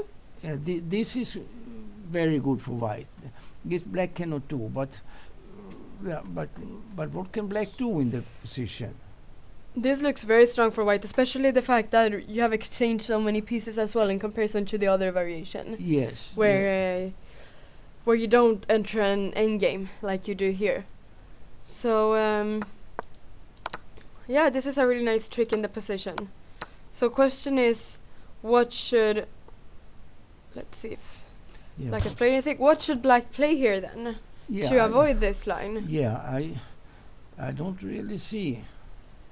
Let's think a little bit, but can bishop? No, because if bishop is e6, then this pawn it's hanging after take. It's still hanging the pawn in d6. So Yeah, what to do? What to do? That's a very good question. Is there any way? I was thinking, could something Oh, it was taken. The pawn is taken. Yeah. No, maybe she didn't see this. I'm sure Blomqvist has seen this little trick, of course. He played for this, yeah. He played bishop b3 to... probably, because he saw this. I was just thinking in this position, because I don't really see any way to keep this pawn. I was thinking if... maybe bishop c8, and then trying to take on e5. Ah. Maybe that is possible to play. Maybe that could have been an idea. Because then after the rook goes somewhere, I'm not sure, should it go here? Yes. Probably. Well, it's still threatening a bit on c7. And then take on the e5, yes. Take on e5. Yes, and now we don't have this trick that we had before with bishop takes f7. Yeah. So, okay. Maybe rook takes, but okay, then this is better than what the game could very soon be. Yes. Okay. So it's easy to overlook this little trick. Yeah. Very easy to overlook it, I think. Perhaps she only saw knight takes e5. Yes. And she thought that she would have compensation after that. Yes. After, I don't know, with the rook on the e file. But bishop takes f7, it's... But then you have to take with the queen in that case. A queen. Are you take with the knight anyway there? But we take with the knight. Yes, you can take with... But okay, queen f5. Queen f5, maybe. Because now if knight takes, then rook d8. Yes. So, so maybe the queen could be another variation. That is probably what Blomqvist is thinking about right now. Could be, at least. Otherwise he has to take on d7 here. d7. Right away. Yeah. Instead of knight takes knight e5. Yes. And then we can perhaps move the knight from g6, but how good is this? Is it good enough? Knight g6 maybe. I was thinking if rook d8. This you can do also. Maybe. Yes, it's also playable.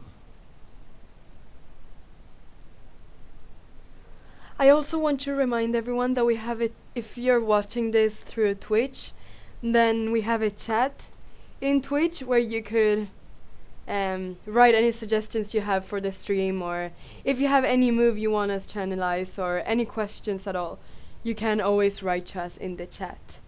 On Twitch, we have a chat there. So we have a few comments, but if you have any suggestions or anything you want us to bring up, you can always write there. So, but yeah. What do you think? Yeah, this is... Yeah. Can you take on black c7? Black can fight. Yeah, maybe take... But black can fight anyway. Yeah. Yeah, definitely. Knight d5 coming, maybe. Yeah, and then c3 might be a bit... a bit weak. We have actually a question now that I said this thing on Twitch. We have a question on the chat. Yeah. And it's to you, Ulf. So someone is asking you something. So, yeah. So we have a question that is... Yeah, so a person is saying that you always seem to have a feeling for which piece to improve in each position.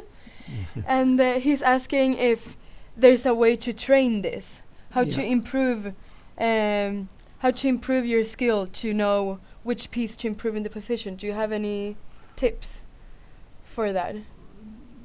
I don't know exactly. No, you don't know. Okay, no. So maybe Ari Ziegler has some book for this. But in this game, black is not without hope in the game. No. Here at least, yeah. Yeah. No, definitely. Here there is a lot more play for black. Maybe we can see if anything has happened in the game. He's thinking. He's thinking. A lot, yeah. Probably because he's seeing all of these variations and trying to because see if he must take on this. Rook e1 is nothing because it's possible to defend the e pawn, I suppose. No. The e pawn by moving the knight somewhere. Perhaps knight is perhaps Yeah. Knight somewhere. And then this bishop would also be now defended after yes. Bishop takes f7. So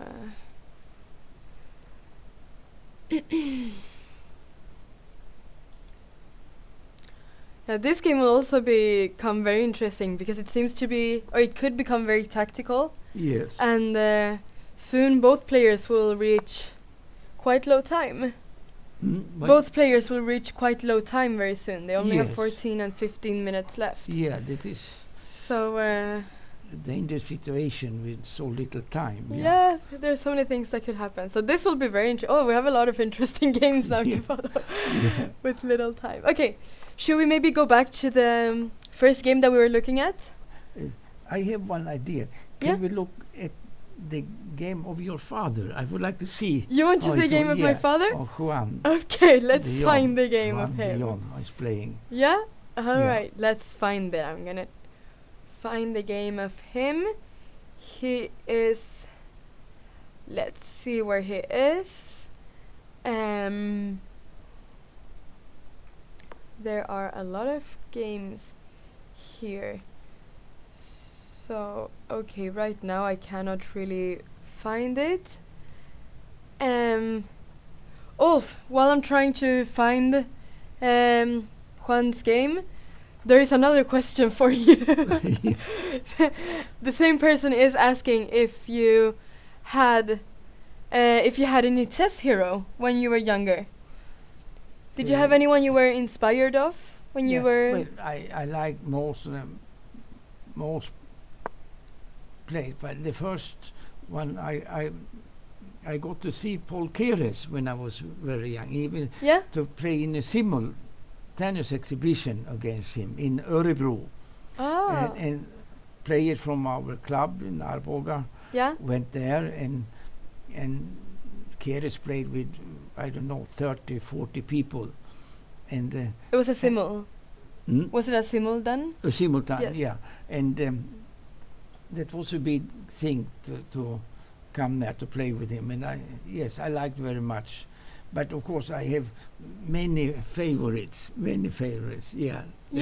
There were so many good players, like today also. There are so many good players, strong players, so it is difficult to pick out just one. Yes, you can always be inspired by other people's play. Because there are so many strong, as you said, there are so many strong players right now. So there are always you can always find someone. Yes. To inspire you. Yes. Definitely. Okay, so I think because I cannot really find his game, I think when we take a break later, I will try to find his game. Yes. Because I cannot really find it right now. So there are a lot of games here, but we will look at Juan's game as well. Yes. Yeah, we will do that. So we can see now in the game that we were following, Erik Blomqvist against Sumia Swaminathan. We can see that Blomqvist played rook e1. Yeah. So he didn't enter the bishop takes f7 variation. He played rook e1. Yeah. He played rook e1, yeah. Maybe it's the best. Maybe it's not so good, this knight g6. Maybe it's... No, he can play bishop c2. Bishop c2. And then d7 will be hanging later on. Oh yeah, definitely. This doesn't work. And if knight goes to c6, then maybe the same. Then bishop c2, then he can play queen e6. Maybe she has to play knight c6 then. I am just knight really c6 now. Is it possible to play knight c6? Let's see. I'm not sure. This is bishop c2. Bishop c2. Yeah, and then queen to g6. Queen g4, we have h3, no? To push the queen. The queen has to defend d7. Yeah. Let's say queen e6. Queen e6. And now it's possible. Knight here? You can play this even, yes. Maybe? Yes, yes. Yeah. Good move.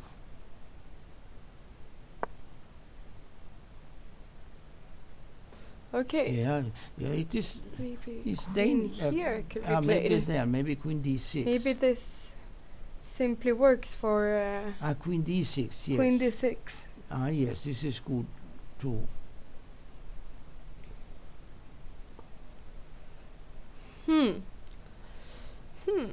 Interesting. Yeah, it is interesting position. Yeah, here. I was wondering in this position why this was not possible already. Yes, maybe you're right. That is what I'm wondering here. If this was also a move that had to be analyzed. Yes, of course. This is, or maybe e4.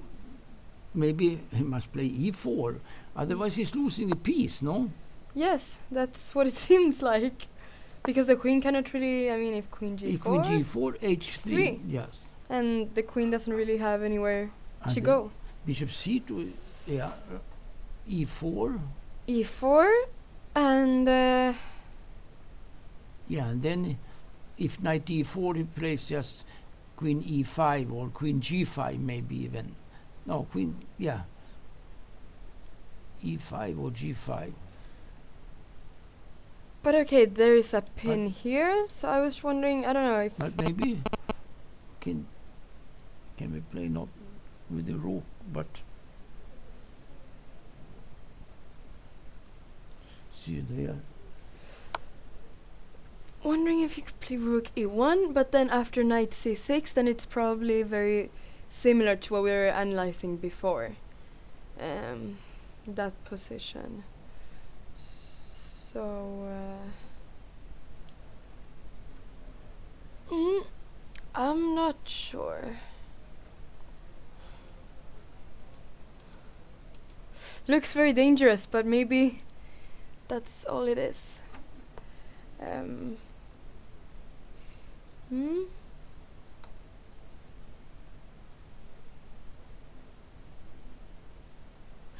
Okay, and if you were to play rook e1 here?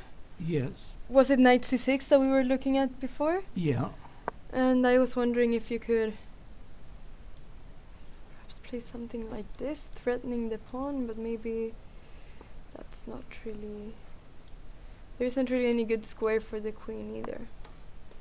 So, how about, could this move be played? If I take it with the knight? And I wanted to take it with the queen, like this.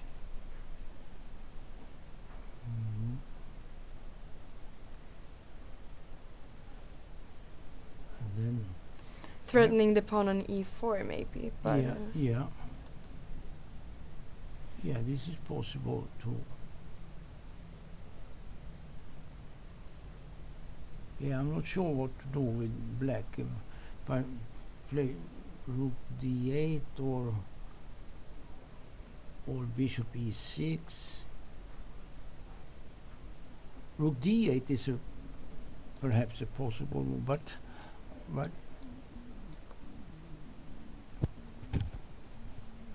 okay, we always have to check.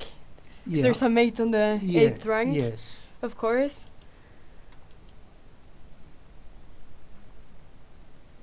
Is this possible or is it not possible?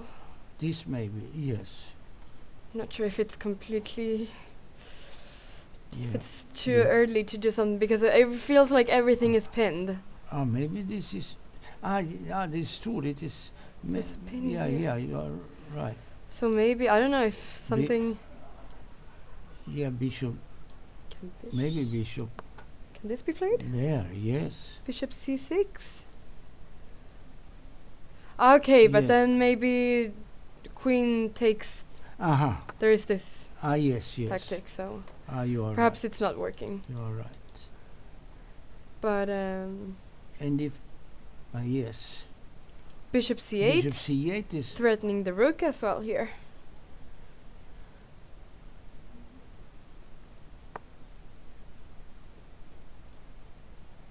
If queen d8, we have the similar, no?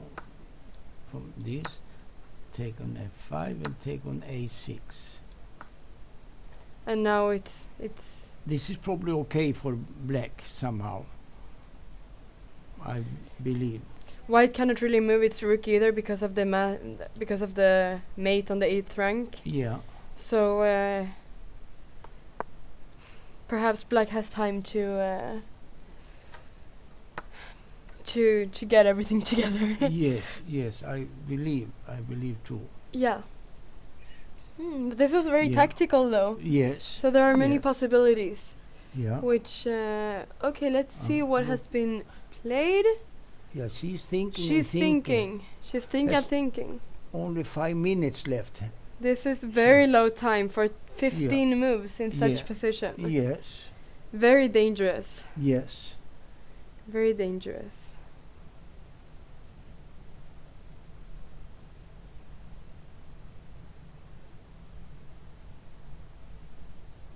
Very dangerous position in this game. Yes. So this will be very interesting to follow. Soon this will be a blitz game. But should we look at another game? Or how do you feel? Yeah, yes, we look some other game. Yeah. We changed game. Okay, another question. Since I said this, we got a lot of questions on the chat. But there's someone asking if you're planning to write any chess book in the future. Yeah. Are you planning to do that? Not to write a book. Yes, to write a book. Not really. No. It's too much work, and if one wants to do it good, it takes a long time. Yes. Now I will play. That's what I'm looking for. When I see Pia and Juan, both are playing very much. I envy them. I want to play also much now. Yes. I prefer to play now than to. Yes. Yeah. I played a tournament, rapid tournament in Holland recently. Yeah. And then it felt okay, and then I got I became inspired, and I see other players, or let's say with my generation, let's say Juan, for instance, we are the same generation, and that he plays many things, and I would like to. Yeah, no, he loves playing. Yes. So he tries to play as much as possible. Very nice, yeah. I prefer playing than doing other things. Yes. Oh, that's really nice. Yeah. Yeah. I will tell him later that you said this. Yes. He'll be very happy. Yes. Very nice. Yeah. Okay, so we can see now, we will soon change game, but we can see that Erik Blomqvist played e4. Sumya played. She played e4 here. Yes. So this is what we were sort of looking at. And no, was this? Yeah, and bishop c2. Was this what we were looking at? Bishop c2, and then this would transpose after knight c6. Yes. To what we were analyzing before. Or what happen if he plays knight d4 instead of bishop c2? But maybe immediately, what happens? Knight d4. d4. The queen has to go. So maybe the queen can either go to g4. It is true. Well, I'm sorry. The knight is blocking the queen from taking on d7 as well. Yes, no. That's the sad part about it. It would be very nice otherwise. Then not knight e4 then in this moment, not here, yes. Then something else. But e4 was probably the good move anyway by black to play. Yeah. Okay, so let's just see, because there is a result that has already come in, and it's on the second board between Bengt Lindberg and Jesper Thibault, where seems like Jesper won the game. Yes. Black won the game. So we can just see, because we're analyzing this game a bit before, so we can just see maybe how it ended. Yeah. So there we were. We were, I think, so we saw bishop d8. Yes. Knight f3. Bishop c7, that's what we're talking about, to defend the d6 pawn. Yes. And I played... b3 was played. b3 is probably not so good, I believe it's not especially good. But...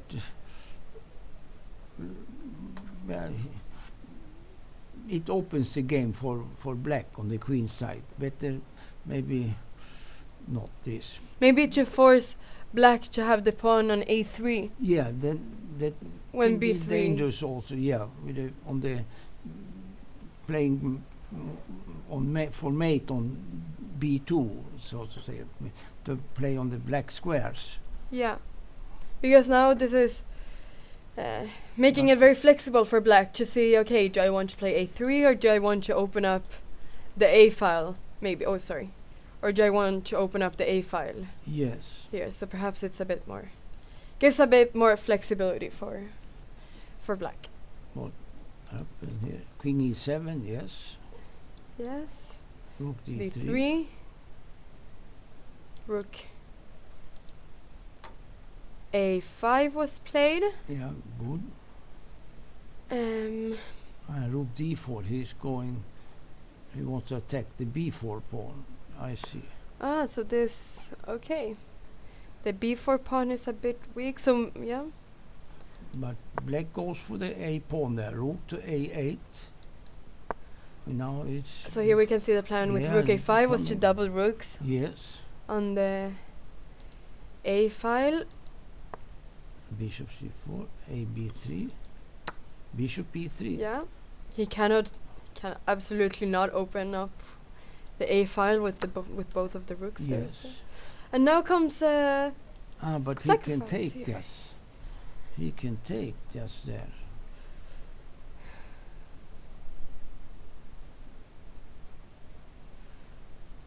This is a nice tactic. Yeah, this is some very nice tactical motive here. Yes.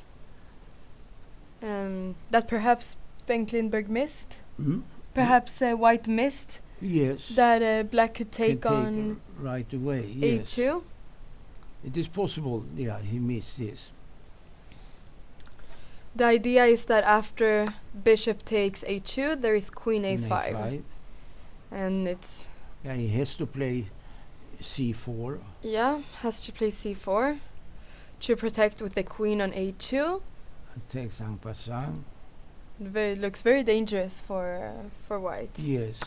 But of course this has to be very well analyzed, as black sacrificed a rook for this. So yeah. And e2. Queen e2 was played. Yes. Now the rook comes in play. Rook b8. Rook b8 check. King a1. Rook b2. Yes. Only move is queen c4 to protect the bishop on a2.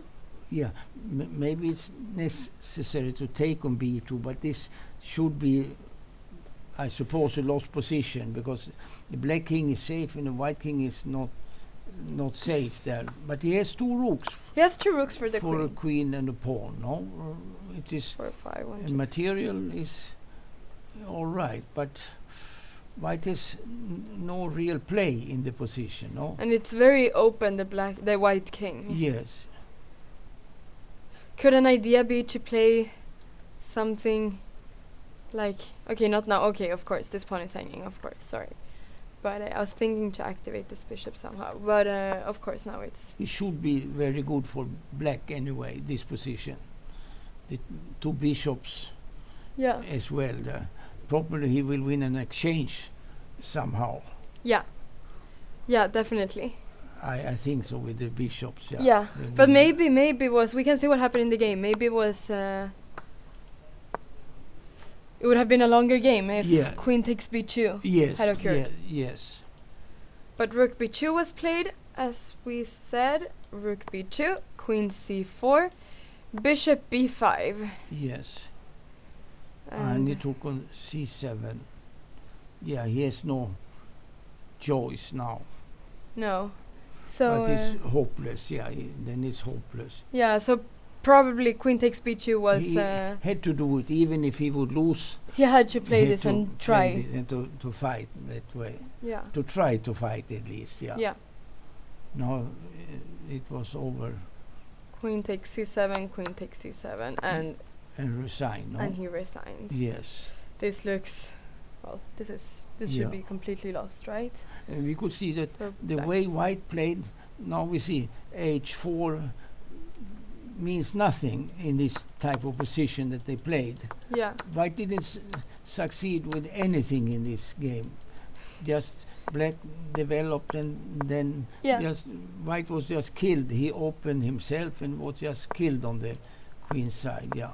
No, because white was trying to do something here in the center with the rooks and attacking on d6, but it was always possible to defend d6 with the bishop. Yes. And to protect the black king. So and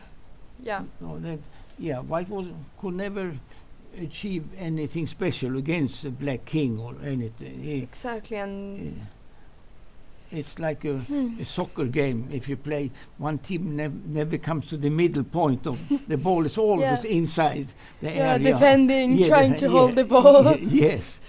Or trying to stop the opponent from. Yeah. Well, this was the game between Thibaut and Lindberg. We will see if Thibaut wants to come to the studio later, like yesterday, to analyze his game. It's always nice to see what the players were thinking during the game, and he said that he would always love to come to the studio as long as he was winning. So maybe he wants to come back to the studio.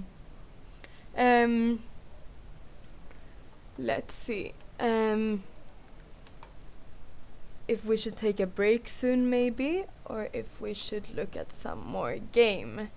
Which one haven't we looked at? We haven't looked at Johannes Haug and Dimitri Kollars this in a game while. Again, yes. Yes, let's look at this game now, because it was a lot of things have happened since since we saw it the last time. So let's go back.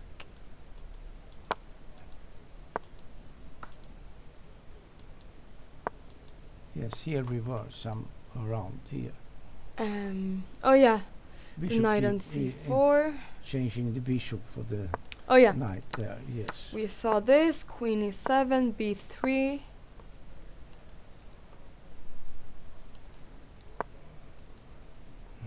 Yeah, rook e8. So this is what we were talking about, that the rooks will go to d8 and e8 perhaps.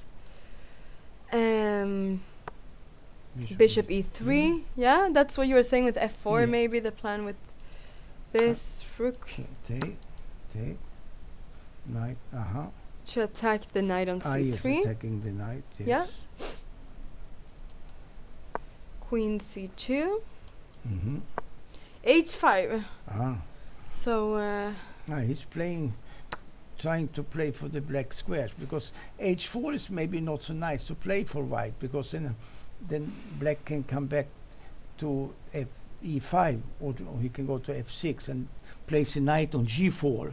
This is a very good square for the knight. Because you don't like for white to have the pawn structure e4, f3, g3, h4. It is not so good. You can never drive the knight away from e5, for instance. This would not be so. If you play h4 here. Yeah. Yeah. So, and then black plays for for black squares. He plays logical somehow, black here, trying to get the black squares to play with h4, and then to obtain the black squares, but with g5 and so on. But then he weakens his king, but playing for black squares and against the white squared bishop. Yeah, against this bishop. Yes. As we can see, because as we said before, the b7 and c6 cannot really be moved in this position. So maybe has to try something on the other side. Yes. Then instead of try something on the king side instead of moving his pieces on the queen side. Yeah. So h5 was interesting, and maybe is the idea that maybe if f4 at some point, maybe it is threaten. Yeah, it's getting dangerous. Yeah, then maybe the knight has to be improved. The knight on c3 should be improved somehow. I don't know where to go. If it's improved, if it comes to e2 or. Yeah, if this could be an idea. Yeah, maybe to e2. I think it's better on e2 than on c3, because they cannot jump in the center. And the queen has to stay here to protect it as well. Yes. Okay, let's see what happened after h5. f4 was played. I played f4. And h4. Oh, so this is what was played. Okay. Yes. Yeah. g4. And then he plays for g5.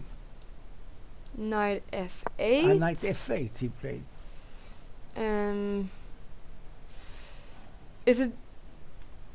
Is it because he wants to be able to move this knight as well, bring it into the game? Yeah, or he's playing for the squares. In one moment to play g5 and to obtain the square e5. Maybe this is the idea. Yeah. But could an idea be to play knight h7 for g5?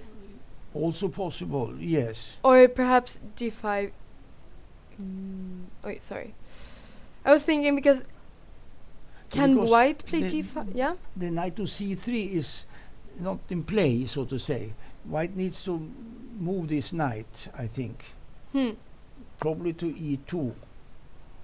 So knight e2 would... he played knight e2. Oh, he did? Or not, I don't know. Let's see if he played knight e2. No, he played e5. Yeah, this is maybe the thing, to play knight e4 and to jump with knight. This makes sense. Yeah, it does. This makes sense, yes. But does g5, because now he played g5. Yeah, he has to, otherwise it's just coming knight e4 and then it's too late for g5. Yeah. He has to do it this way. Yeah. Then when white destroys a little bit his king's sides, and black also destroys his king's side, but black has enough pieces there. He has two minor pieces and playing for the black squares, and the knight from b6 will come to d7 back in play also. It's somehow logical play by black too, I must say. Yeah. No, yeah, I mean, of course, and it looks very natural to try to, especially when the pawn now is on e5. G5 looks very natural. Yes. Trying to break everything. Yes. So f takes g5. I'm looking here. Yeah. We will come. Happen. Queen takes e5. Knight e4. Knight e4. So there are many squares now. Many squares for different pieces. Knight e6. Knight e6. Queen f2. Yeah, it looks okay. Yeah, going for f7. Yeah. Yeah. Knight d5. Yeah, now the knights are good. Black has practically just a pawn on f7 there, but he doesn't need more because white cannot drive the knights away. They have strong squares there, d5 and e6, strong points where he's keeping. So this is, I think, good play by black also this way. Yeah. Yeah, because this was the game that we were saying that we didn't really know what idea black or like what plan black should follow. Yes. To develop. Yes. But this position seems to be quite active for black. Yes. Definitely. And not sure, should the rook go to f1 somehow? Oh, No. that's what he okay, that's what he played. Yes. Yeah, so he played Queen rook c7 f1. back. Knight d6. Rook d8. Rook d8, yeah, because we can see that black cannot take.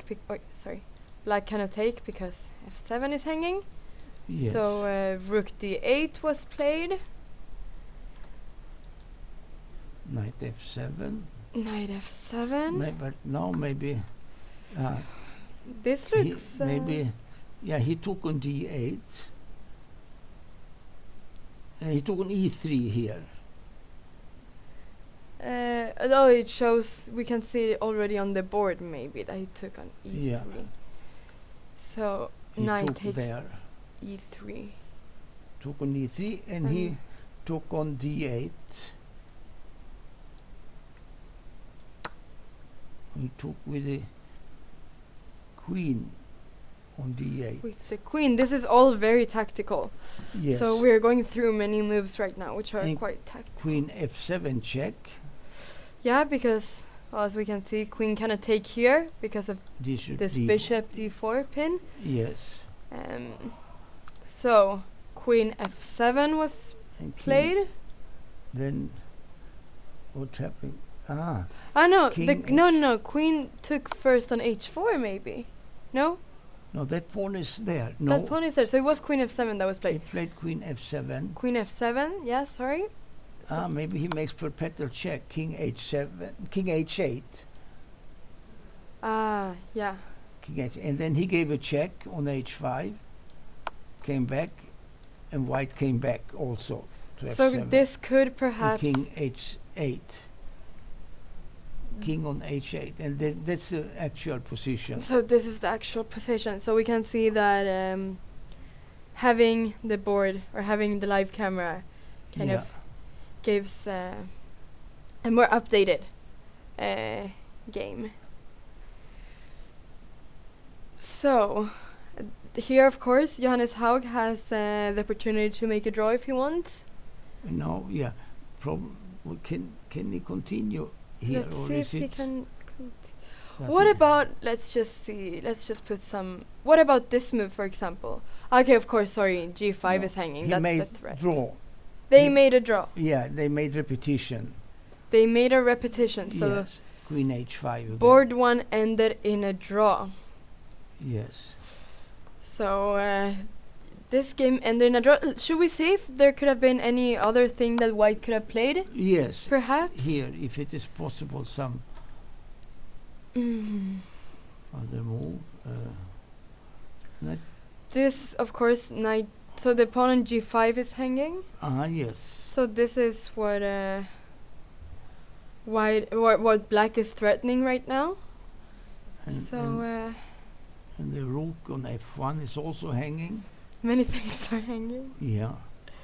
Probably a draw was a good result for both here. Yeah. Yeah, no, because it seems difficult to see how white can both continue the attack and defend everything. Yes. Because, I mean, if... Okay, could...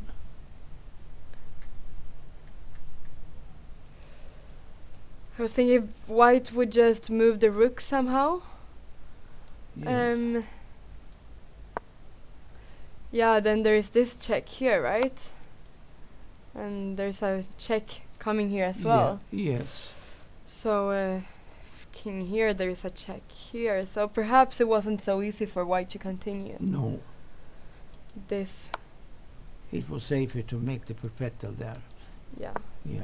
Also queen low on tower. Okay, only 4 moves left, but still he Yeah. would have to find some good continuation if he wanted to yes. continue the game. And I'm getting a question here if I am planning to cover more events for chess.com in the future. And I would love to. I Yeah. think I'm actually enjoying this a lot. I Yeah. think it's... It became exciting after Yeah. h5, h4. The Yeah, game yeah, became yeah, the very game exciting. And became very exciting. Yeah, And yes. it's really fun to follow this live. yeah, And yes. because you get the positions much more in depth doing this. So I think this is a lot of fun. I would love to do this again in the future if I have the opportunity. But okay, so here we can see already that it says that it was a draw. Yes. Here. So I'm thinking if we should maybe take a 5-minute break. Okay. Now? Yeah. Yes. Yeah, and then we will be back again to see how the rest of the games develop. Yeah. And if we get some more results. Yeah. Right, we will be back.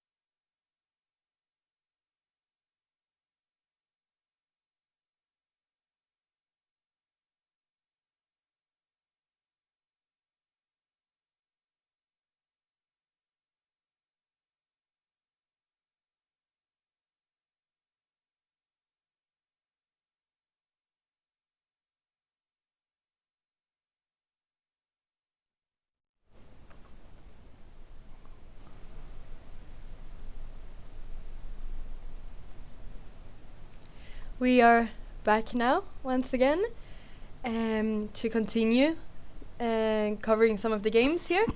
So we thought that we would go back to the game of Erik Blomqvist trouble right now. And they're only on move 25, so they still have 15 moves left to do. It looks like Erik Blomqvist has 2 seconds left on the clock right now. So it looks like there's a lot of time trouble. But probably the times are not completely correct, as it would say then that yeah, we're gonna try to fix it so we can see exactly the time here. Oh, the board has moved. Oh yeah. This needs to be fixed. So you will be able to see the position now very soon.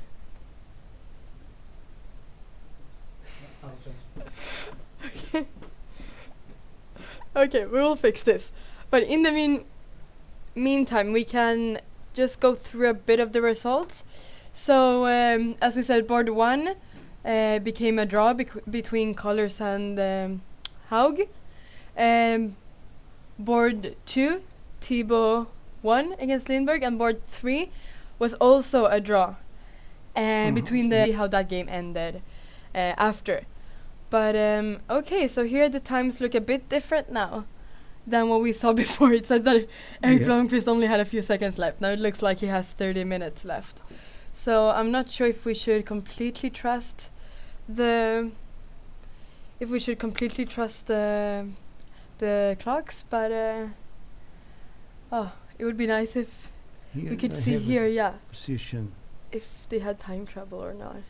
But okay, we can just follow the game then and see.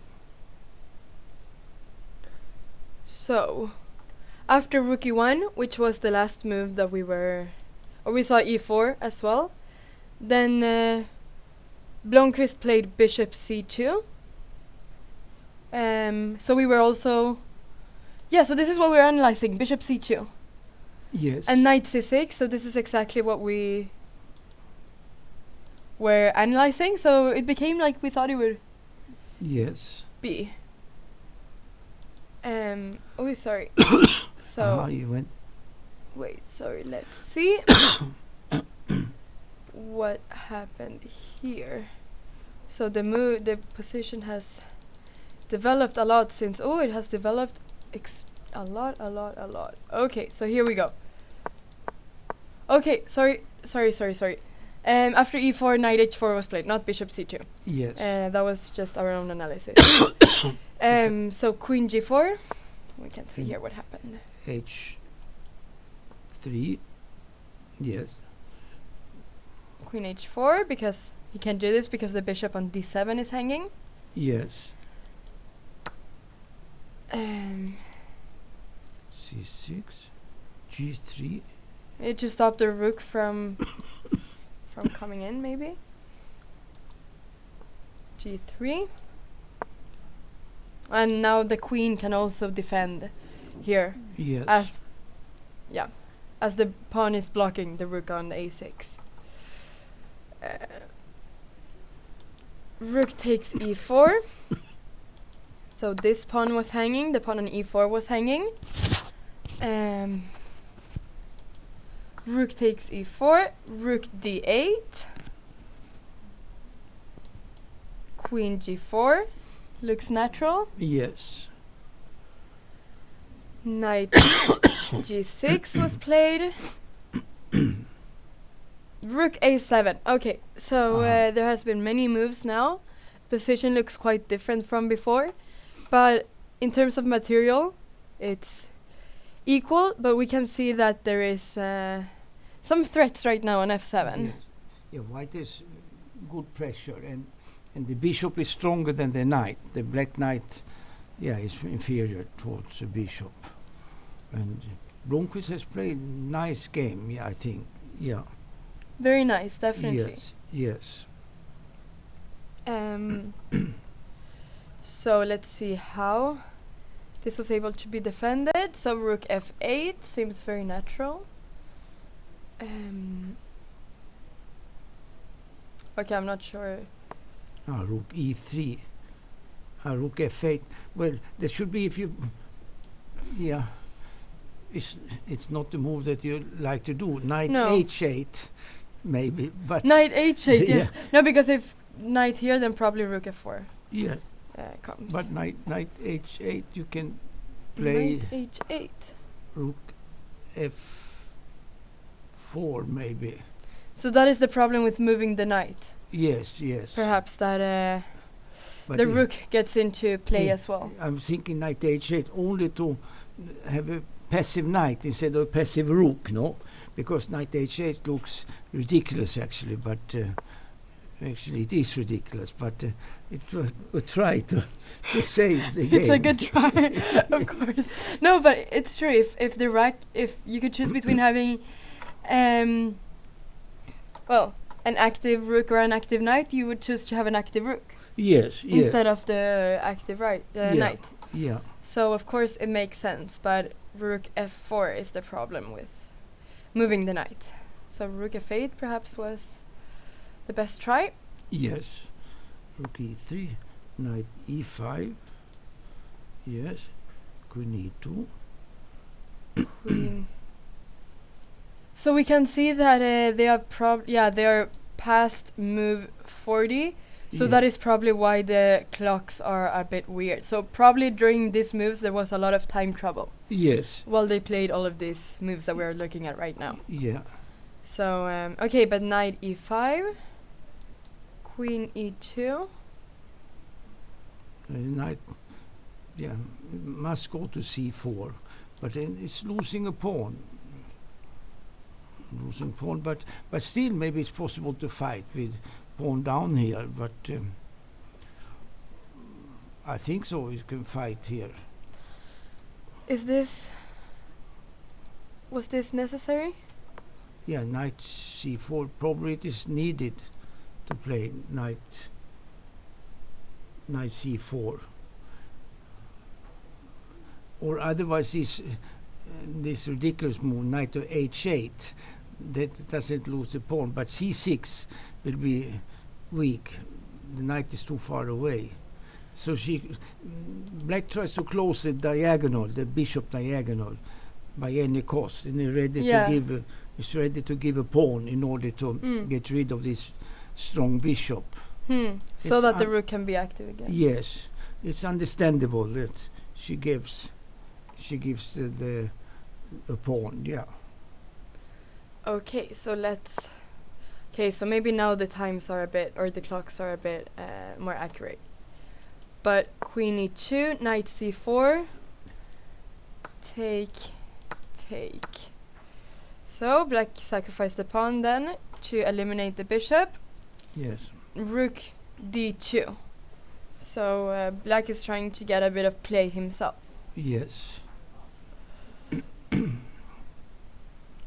So okay, so f2 needs to be defended. Queen f4 was played. Yes. Yeah, must do.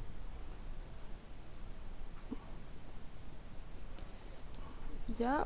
So Take.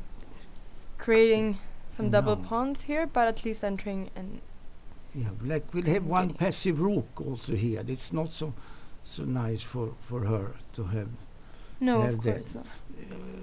The rook from f8 should be able to come to f6 or f5 to defend and also to be active. So it's just passive, but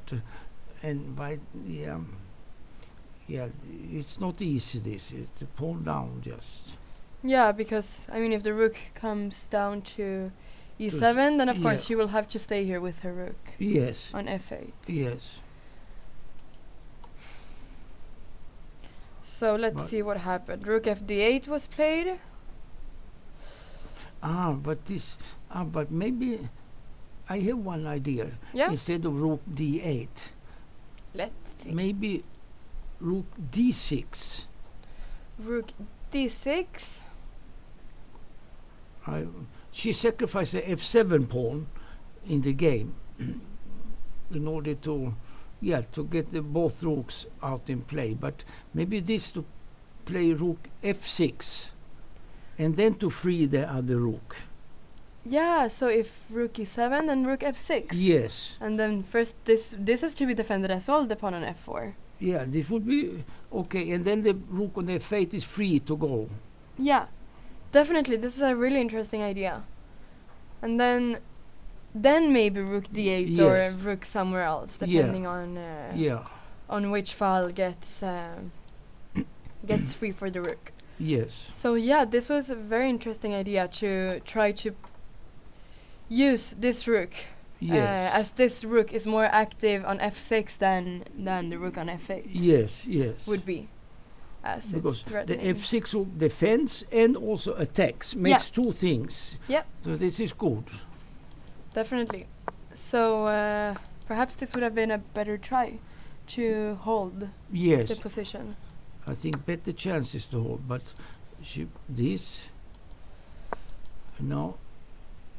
now she gets the same type, the same idea, but without the f7 pawn. She wants to have rook on g6 and to have activity that way, but it is nicer to have the pawn on f7 as well. Yeah, it's nicer. It's a good pawn to have. Yeah. 1, 2, 3, 1. Yeah, it's nicer to only be one pawn down instead of two. Yeah, yeah. In this position. So rook takes f7, so she lost the f7 pawn here. Yes. And now because now this pawn could become a bit disturbing as well at some point. Yes. The f pawn here. So rook g6, king f1, rook d3. Yes. Okay. And f5. Yeah. And then so she needs to see where she's gonna go with. Rook has to go somewhere. Rook has to go here almost, yeah? Yes. But then h4 might be coming. Yes. And now he played f6, I see here. He played f6 after. And the king cannot escape, so to say. It will mate on the 8th rank later. That's why it was important to have the rook on the f line to prevent f6. Now White's king remains on the 8th rank now with completely open. No, yeah, definitely. But maybe, no, I don't see moves there. Yeah.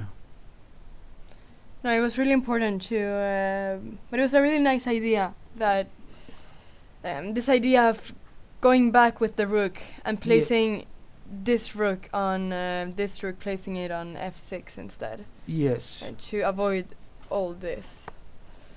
So. And she's trying to.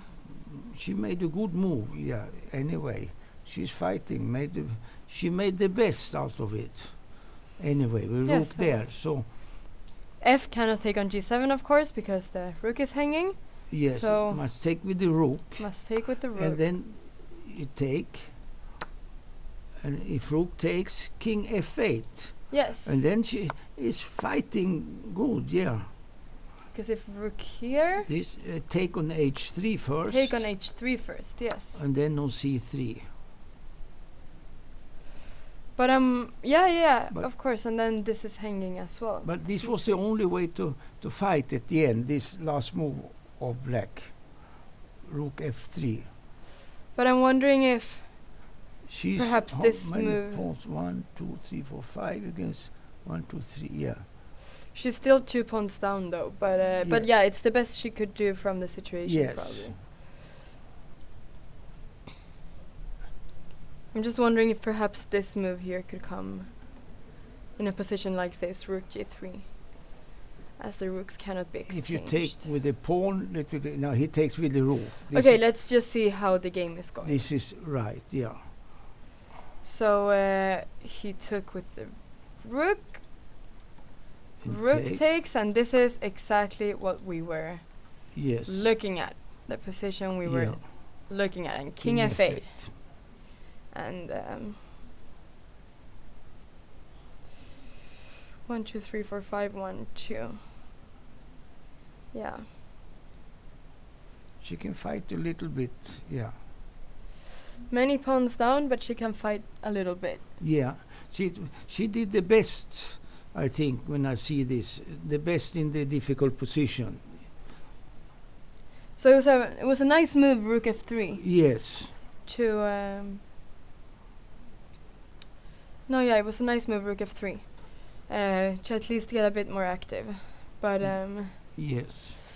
Here,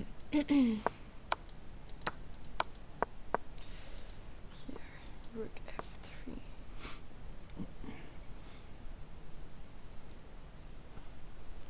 Yeah.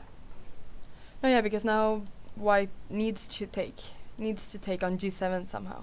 Yes. As otherwise this pawn is hanging on f6. So this is the position we have, and would you say that this is completely lost for black? Yeah, this is the two f pawns are not dangerous actually, and white must, I suppose, try to do something with the queen side pawns. If we can keep one queen side pawn, but black will try to threatens to take on c3, no, and if c4, maybe it's possible to. Let me see. Maybe that is the way to win. So. Yeah. So now it's maybe white. That's the way to win. Do you want to show it? So if I play c4. Yeah. I'm thinking of this. c4 here. Yes. Shall we take on h3 or shall we?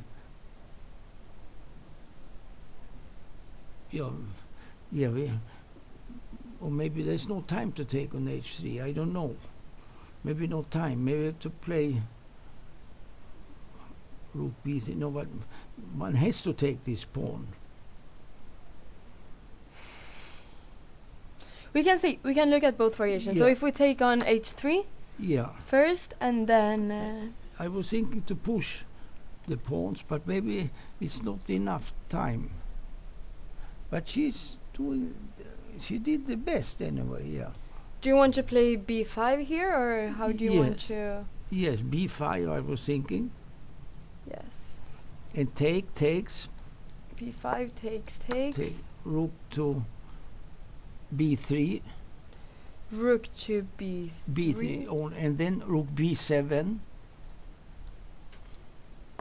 The idea is to play b6, rook b8 check, and b7, and then you win the rook.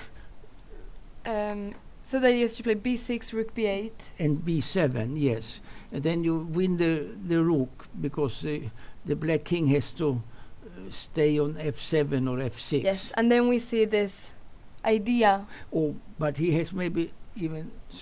he played well also. So we can just... I just want to... He played with easy technical. It's good by Blomqvist. Yeah. He plays rook back to g3. I just wanted to show this very quick. Yes. Just wanted to show that there is always... I don't know. Oh, no, then this... Yeah. I don't know, but there's always this sort of idea. Yeah. With wanting to play rook h8 in this sort of position, and if then rook takes b7, then there is rook check, which is really important. If rook king takes f6, there's always rook f8, allowing b8 promoting. Yes. But let's see what happened in the game. Yeah. So let's see, because there's a lot of moves happening. Rook g3 is the best practical move. Yeah. And so to keep 2 against 1 on one side, and also on the king side 1 pawn more. Yeah. That is, of course, winning position. King e2, king e7. 2 clear pawns up, yeah. King e3. 2 clear pawns up, yeah. Yeah. And how does white continue from here? Yeah, I think the white will have a rook on the 5th rank, I suppose, on c5 or h5, be ready, and then to come with the f pawn and king going up closer and closer. Something like that. Yes.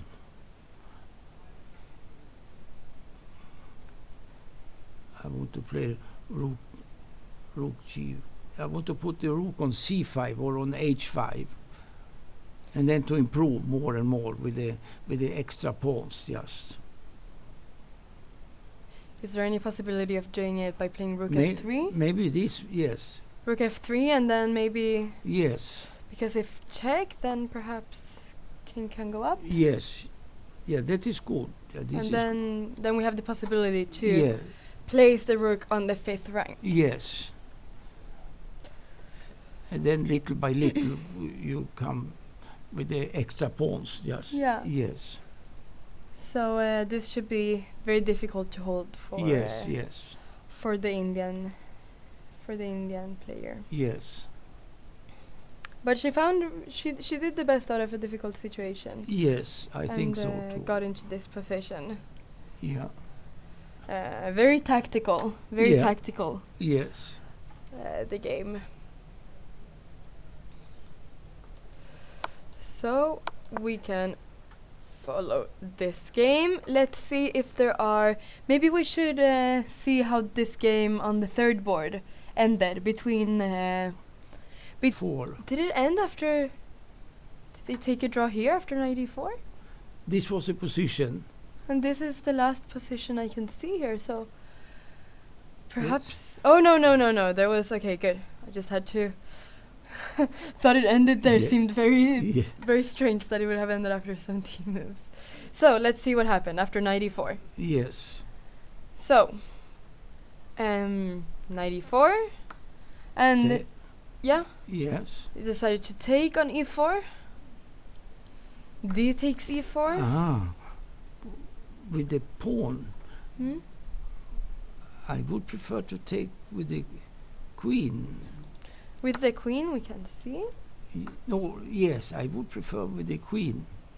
Yes, but maybe it's not so good. Maybe better take with the pawn. But I like more queen takes e4. But okay, let's see what happened. Yeah, he took with the pawn. He took with the pawn.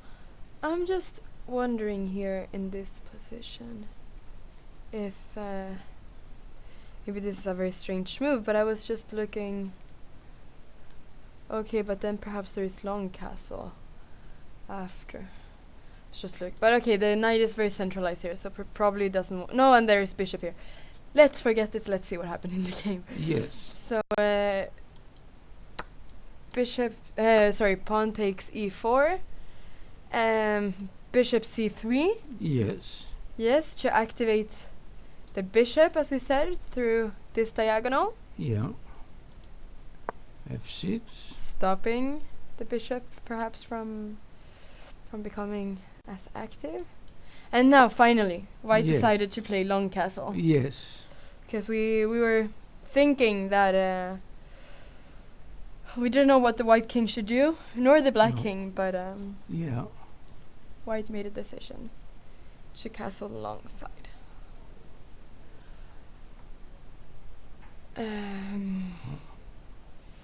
Bishop d7 was played, perhaps also because... Yeah, I'm not sure if...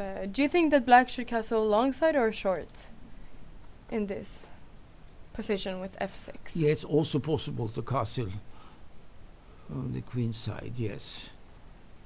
Because now g5 is not such a threat anymore. No. Sorry. g5. Because of the pawn on f6. Yeah, black can choose, I think, whether he wants to make short or long castle. But if he makes long castle, then cannot attack on the queen side. But short castle, no, I prefer maybe long castle, still. Because he has 3, 6, 3, 1 pawn more, and the position looks all right for black, I think. Yeah. Yes. Do you think that there is enough compensation for white in this position? Maybe is to have, at maximum to be equal later on. Yeah. But I'm not sure if it's maximum or draw for white. Maximum, yeah. Maybe black can do some nice moves also and to maintain the advantage, no? Yeah. Yes. We will see if what happened. At least so knight f5 was played here. Must take. Must take. Okay, so after this, then white does somehow open some sort of file towards the king. Yes. Because black did indeed play short castle here. Yes. And so now maybe this was good for white to open up some lines towards the king. Yes. To have some sort of compensation, and he did play rook g6. To6. Not sure if this pawn on f5 could become weak maybe at some point. Yes, I think so. It looks, but he plays bishop e5 and then rook 8. So bishop. Yeah, bishop e5 is good move. Yeah, because now if you can see that if take, then this pawn cannot really be defended. No. Perhaps there are some ideas with rook g1 here, but maybe this rook f7. Actually, rook f7 and maybe maybe f6. But then you take on. Then can you take on a2 here? Take on g7. I think so. No. Yeah. And with the rook and king f8. The same like in the game of the Blomqvist against the Indian woman. The same. Yeah, exactly. The same f6 pawn. And now take on b7. Take on b7. Take on f2. Yeah. Yes. It is okay. Yes. And rook to c7. Maybe it's enough for a draw. But can you take here now? Oh, you can take there. Yes. That was the idea. Yeah. That after taking here, the c6 pawn is defended. Yes. Yeah, maybe that was good for black this one. Maybe still some play because let's see what they did. Let's see what they did. This was but it was just sorry, let's just move. Okay, so let's just go through this very quickly. So rook g6 and bishop e5. So perhaps white could rook but g4. White side to play rook g4. Rook a d8. Bishop e5. I'm wondering if rook d8, rook d. Can I just ask here, is f6 possible here? Then we probably just play g5. I think g5 should be played. Yes. G5, and I was wondering how this was. And then we can exchange the queens. Yes. And maybe king f7. Yes. And then this pawn will be hanging and defending the pawn on e5. It will be one pawn more for black, but maybe it's a draw position anyway with only one pawn more, because white is near his pawns with the king, can defend them quite good. No, I was just wondering how if it was possible to try to play f6 somehow. Yes. But g5 is a strong move. So rook takes e4, so he's taking back a pawn, probably makes more sense. Take. And rook d5. And now it's equal material. Now it's equal material. Yes. Rook g4 he played. Rook g4. G4. And then king f7 is good. Yeah. to get removed from the pin. King c2. Yes. And e4.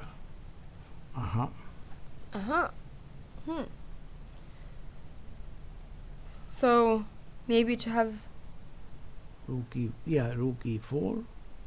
Yeah, because then both these pawns would become a bit perhaps rook weak. takes f5 and f4. Yes. Played, and now after rook h5, then it's you cannot defend the pawn on h3. Yes. Maybe it will be repetition by moves here. He played rook d4 and king e7, rook e4 check, king f7. Yeah, just 1 second, let's just see. And check and back. Okay, so maybe they will make a draw. They made a draw. They made a draw. Yeah, the game finished. I just wanted to see how it finished. Yes. The game. But I think it's a result that Whitehead has to be satisfied with this draw, because Black was nearer to get advantage than White in this game. Definitely. To win the game and so on. Definitely. It was always, Black was a pawn up most of the game. Yes. And it wasn't really clear if there was completely enough compensation. No. There was some compensation, but we weren't sure if it was enough. Yeah.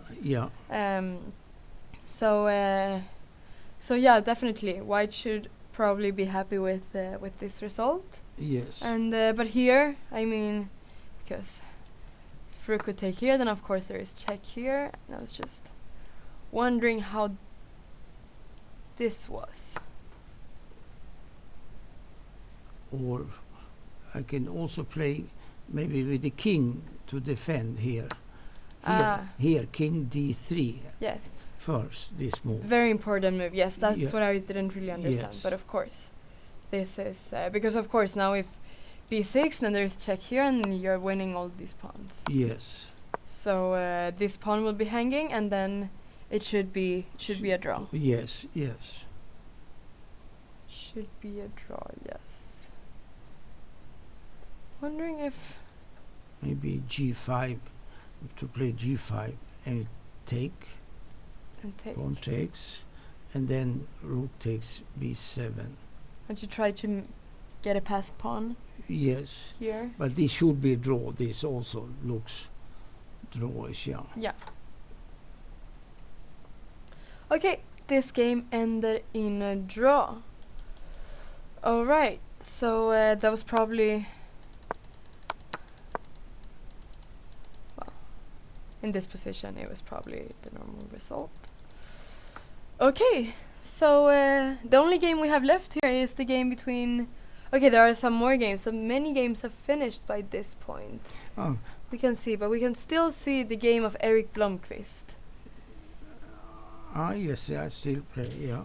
Who is still playing, because we cannot really get all games here. All the games that we can see here have already finished. So... but this is the game between Erik Blomqvist right now and Soumya Swaminathan. And we can see actually that it was sort of like what we were talking about with the king going up. So he did indeed play what we were talking about with rook f3. Yes. Check. King d4. Hmm. And now the rook will probably be able to enter the 5th rank. Yes. This is... Okay, so we can see that there are moves being played.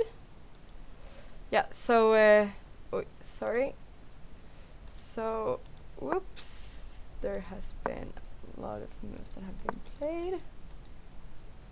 Okay, so it's going back.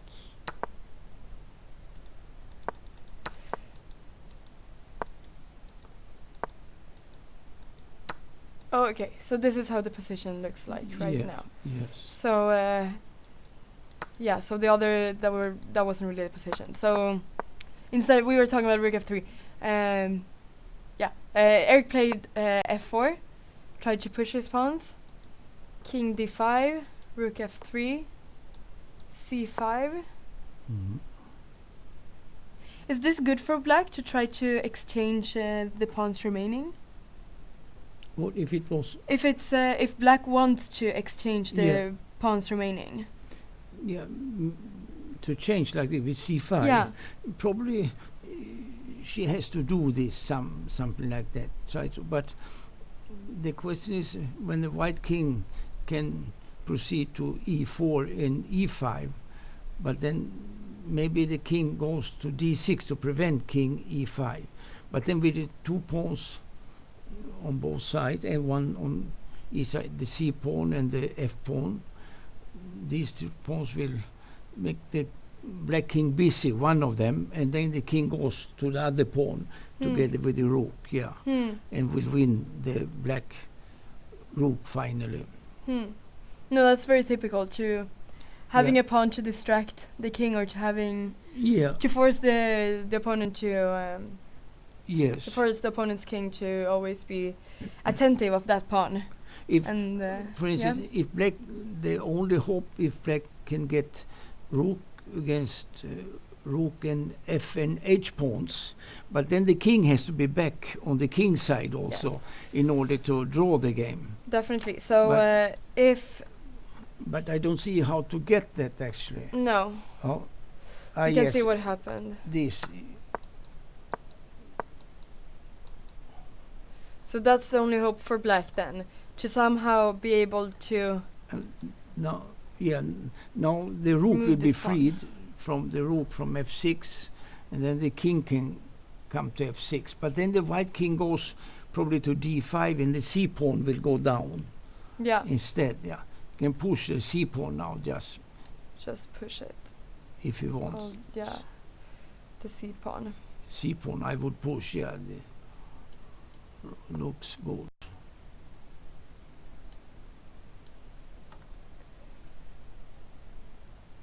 Difficult to see what to do because so if the rook, this move could also. Maybe a check first is good. Yeah. Maybe this check as. Yes. Black can never exchange rooks. No. Here, right? No. As this pawn. The king will always get this pawn on time and have this pawn promote, as the other king would have to follow the c pawn. Yes. So black can never exchange rooks, and so this should just be winning for white. Yes, I think so too. Yeah. So there isn't. And king continues. I'm going to see if there are any more interesting games that we could follow. It seems like most games have ended actually by this point. Mm-hmm.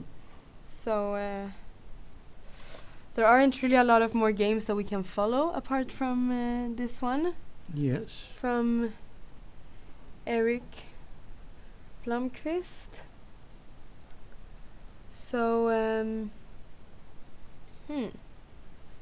let's see if there have been. We can talk a little bit about the results that have been happening. So on board, let's see, on board 4,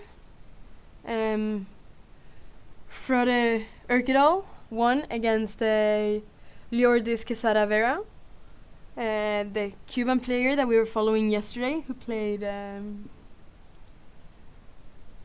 No, sorry, it was not the Cuban player that we were following yesterday, but it was probably from the same family, as they have the same last name. Yeah. Yes. Then so on board 4, the black, the person with the black pieces won. Yes. Frode won, Urkedal. On board 5, Casper Chopin. Sorry, this was not board 5. This is.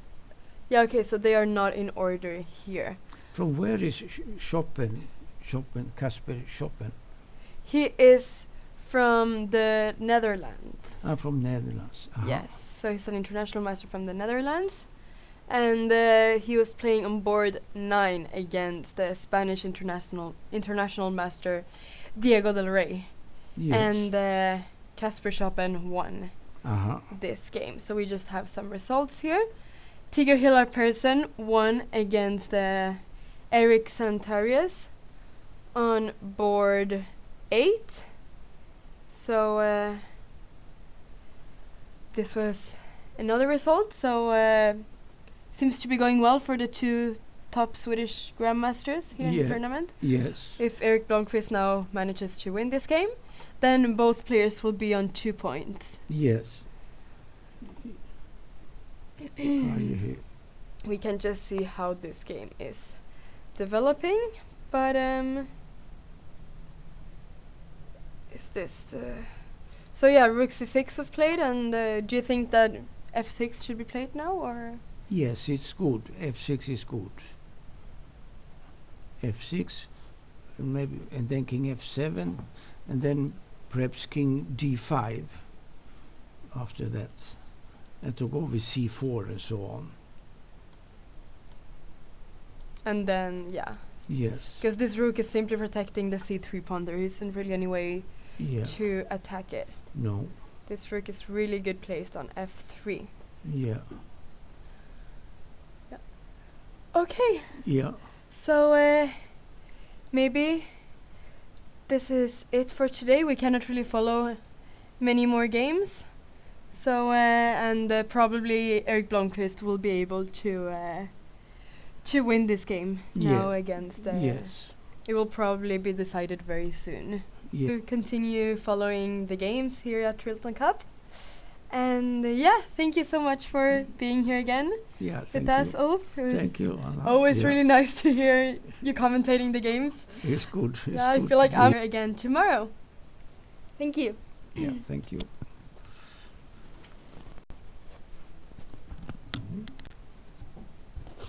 Det är bra.